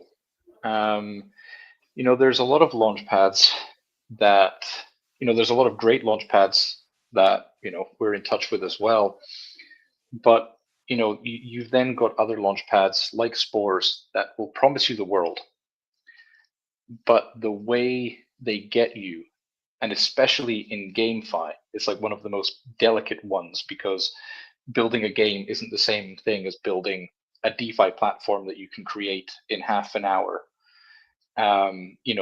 utilizing and just making a copy of an existing platform. And what they do is you go to raise funds, you pay an upfront fee, then you've got a marketing fee that you end up paying so that they give you access to their KOLs. And then there's a lot of genuine people that are buying, but then these platforms themselves are also buying because it's in their benefit to show, hey, they have raised X amount. But because they've got these refund policies that there's no control over, the refund policies are always based on the performance of the token as soon as it launches, and they withhold the funds. And they then immediately get to say, nope, we are refunding. There too many people are demanding a refund, and there's no way to appeal. There's no way to, there's no sense to it. In 99% of the cases, I know very legitimate projects that have ended up losing tens of thousands due to this, and it hurts the projects. But these platforms, they make money either way because they've taken your fees. They've got the influx of new users that have been exposed to their platform, so they're always winning. With a platform like Pixpel, it adds democracy to the process, an aspect that is genuinely missing from Kickstarter, and is controlled by, as Juan was saying, it's controlled by smart contracts. It's not just the people. And there's appeal processes, and there's more openness and more transparency about it. And I think with how we're approaching, especially supporting upcoming studios, like, we want to see this space succeed. We want to succeed, but we also love to see other people succeed. So having a way to support and funnel projects, especially those that are starting small and want to grow, we've got the platform to grow community. That's what we're all about. Hell, we're even, we've got mechanisms for them to launch their own community tokens, clan tokens, guild tokens, NFT collections, you name it. To have the ability for them to raise funds in a milestone-based manner as they grow their community, as they grow their product, could be a very, very interesting collaboration, with our platform.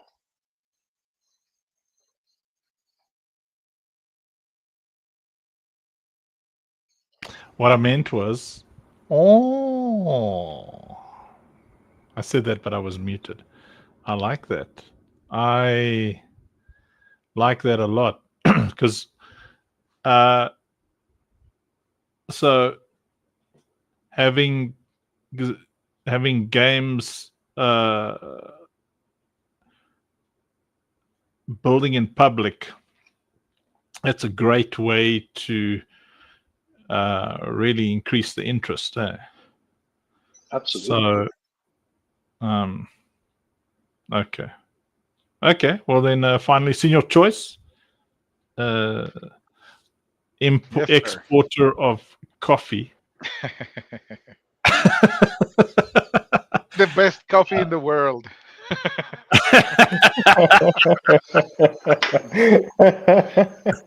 El cafelito que te despierta. Once you have this coffee, man, if you're a ducky, you're gonna be first. Cachapas is a Venezuelan food made of corn. Who said that, Mariela? But why are you talking like that? I don't talk like that. I talk like that. They say, when I come out of prison, I'm going to make myself some capillas. Cachapas.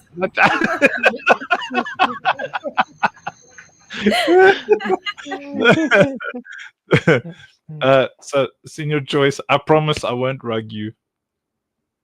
Uncle, elderly therapy. Come on.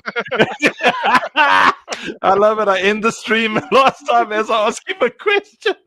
He already owes me 2 therapies with our psychologist.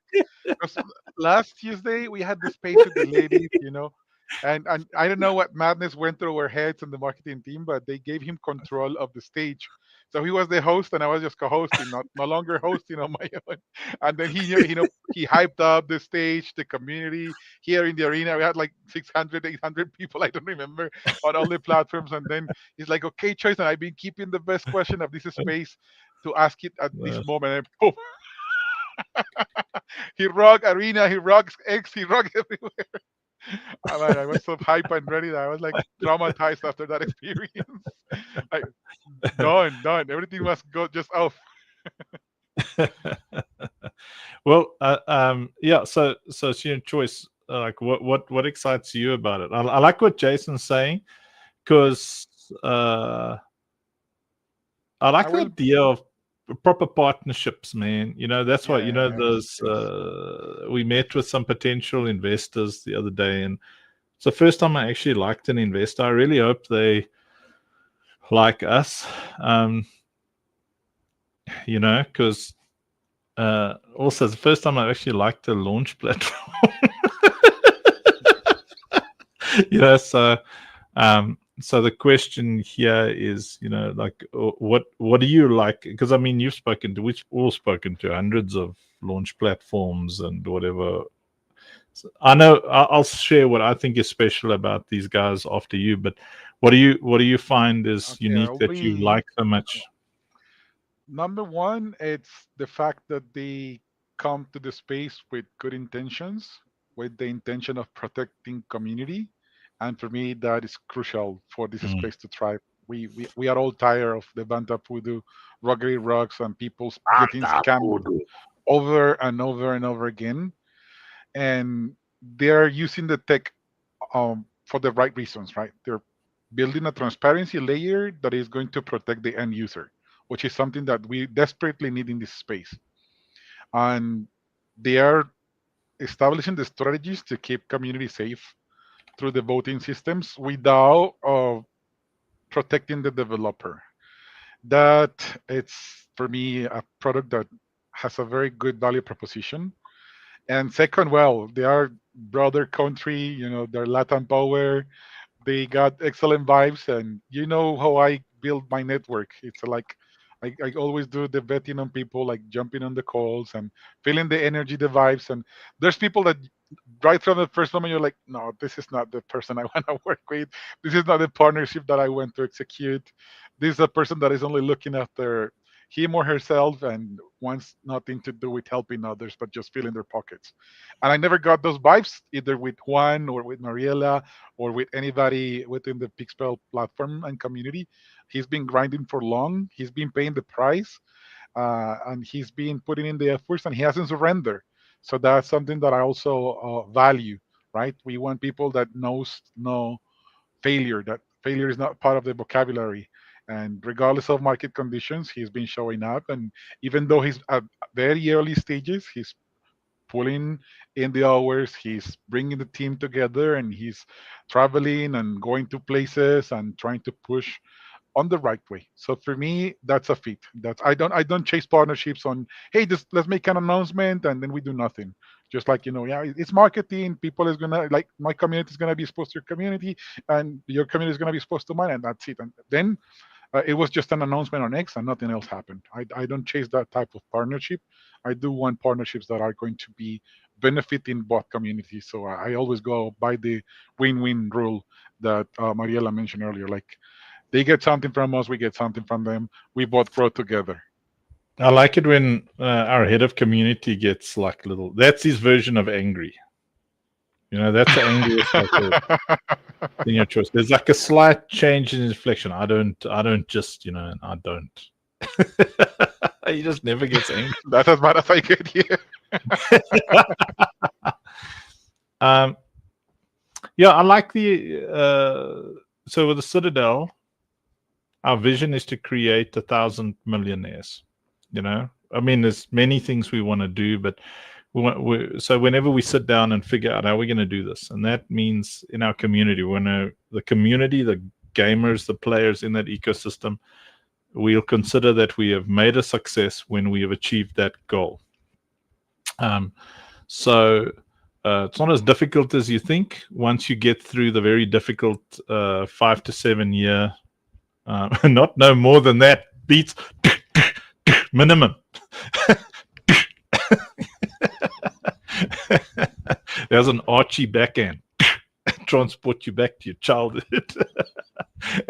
So it's not that difficult. You get through your, there's a 5 to 7 year, 3 to 5 years if you're really good startup process for any project. That's really challenging. But once you get to those milestones, I've done it before. Rob has done it before. Jason has been involved in raising millions of US dollars. So we know how to do it. You've got to get to certain milestones first. But once we get there, obviously the vision is, 1,000 millionaires minimum. You shall cherish your first funk slap forever.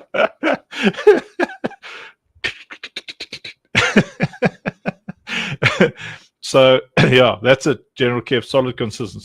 So that being our vision, the core of it is the founder funnel, and having, like, we believe in people being up on stage, chatting about their vision, people getting to them on a personal level, connecting heart to heart, vision to vision. So if you've got this cool platform that helps people raise what they need to make their dreams come true and keeps the people that they're raising from safe in case they're either incompetent or malevolent, that's amazing. Plus, the Citadel itself, we're building a platform where clans can create their own NFTs and their own tokens, but also their own mini games within the ecosystem.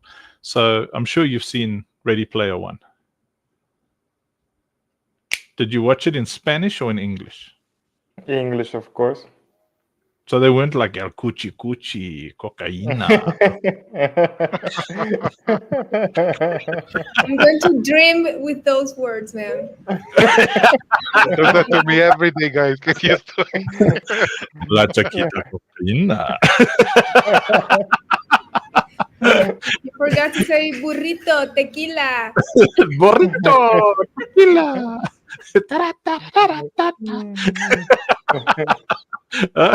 I found out the other day from a Venezuelan friend of mine, one of the devs, that La Cucaracha is about cockroaches. La cucaracha. La cucaracha, la cucaracha, la cucaracha. Ya no quiere caminar. Ya no puede caminar. Porque le falta, porque le falta. My whole life, we played that song. Pa.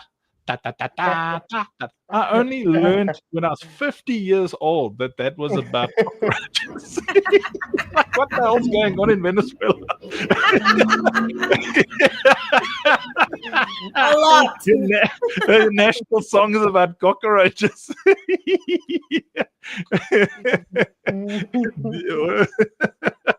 All right. So what's important for us is, like, I like the idea of a partnership like this, and I don't know. We'll see where it goes. I mean, you guys just jumped on stage. Maria's been for 3 hours. Don't you have a life? Are you hungry? Are you lonely? Are you having fun? I'm having fun, man. Yeah, we're a cool bunch, eh? Yeah, we build very much in the light. So anyway, but I mean, yeah, we can definitely talk. You guys are welcome to jump on. If you got projects that are about a launch, you can expose them to the community. And we certainly want to talk about, which projects might enjoy being in our kind of Ready Player One ecosystem, So we're not like the Warp ecosystem where they actually find the money, they go out and find the money. A bunch of us were co-founders of Warp, eh? Oh, really? Okay. Yeah. But they went in a more financial direction, and we're more like very game focused. We're like super duper. We're the in the trenches indies. We're the ones that believe in that Teeny community weeny, side. Yeah, I was in a warp. Streamer. Yeah. Like, see, Mariella's letting her hair down and stuff. Next, she's gonna start singing. I am. Shakira. I don't know. Shakira is from Colombia, man. You gotta do some research, man. Well, your choice is because in pointing in the right directions. Yeah, you got it right. Mush, mushy, mush, mush, mush. Anyway, yeah, I guess we'll talk a lot more. You guys are welcome to swing by, and thank you. Yeah, it's a lot of fun. So we're gonna end the stream for all the people that are on Facebook and X and all that kind of things, so we can play music without everybody getting muted. So long, love you all. And all that.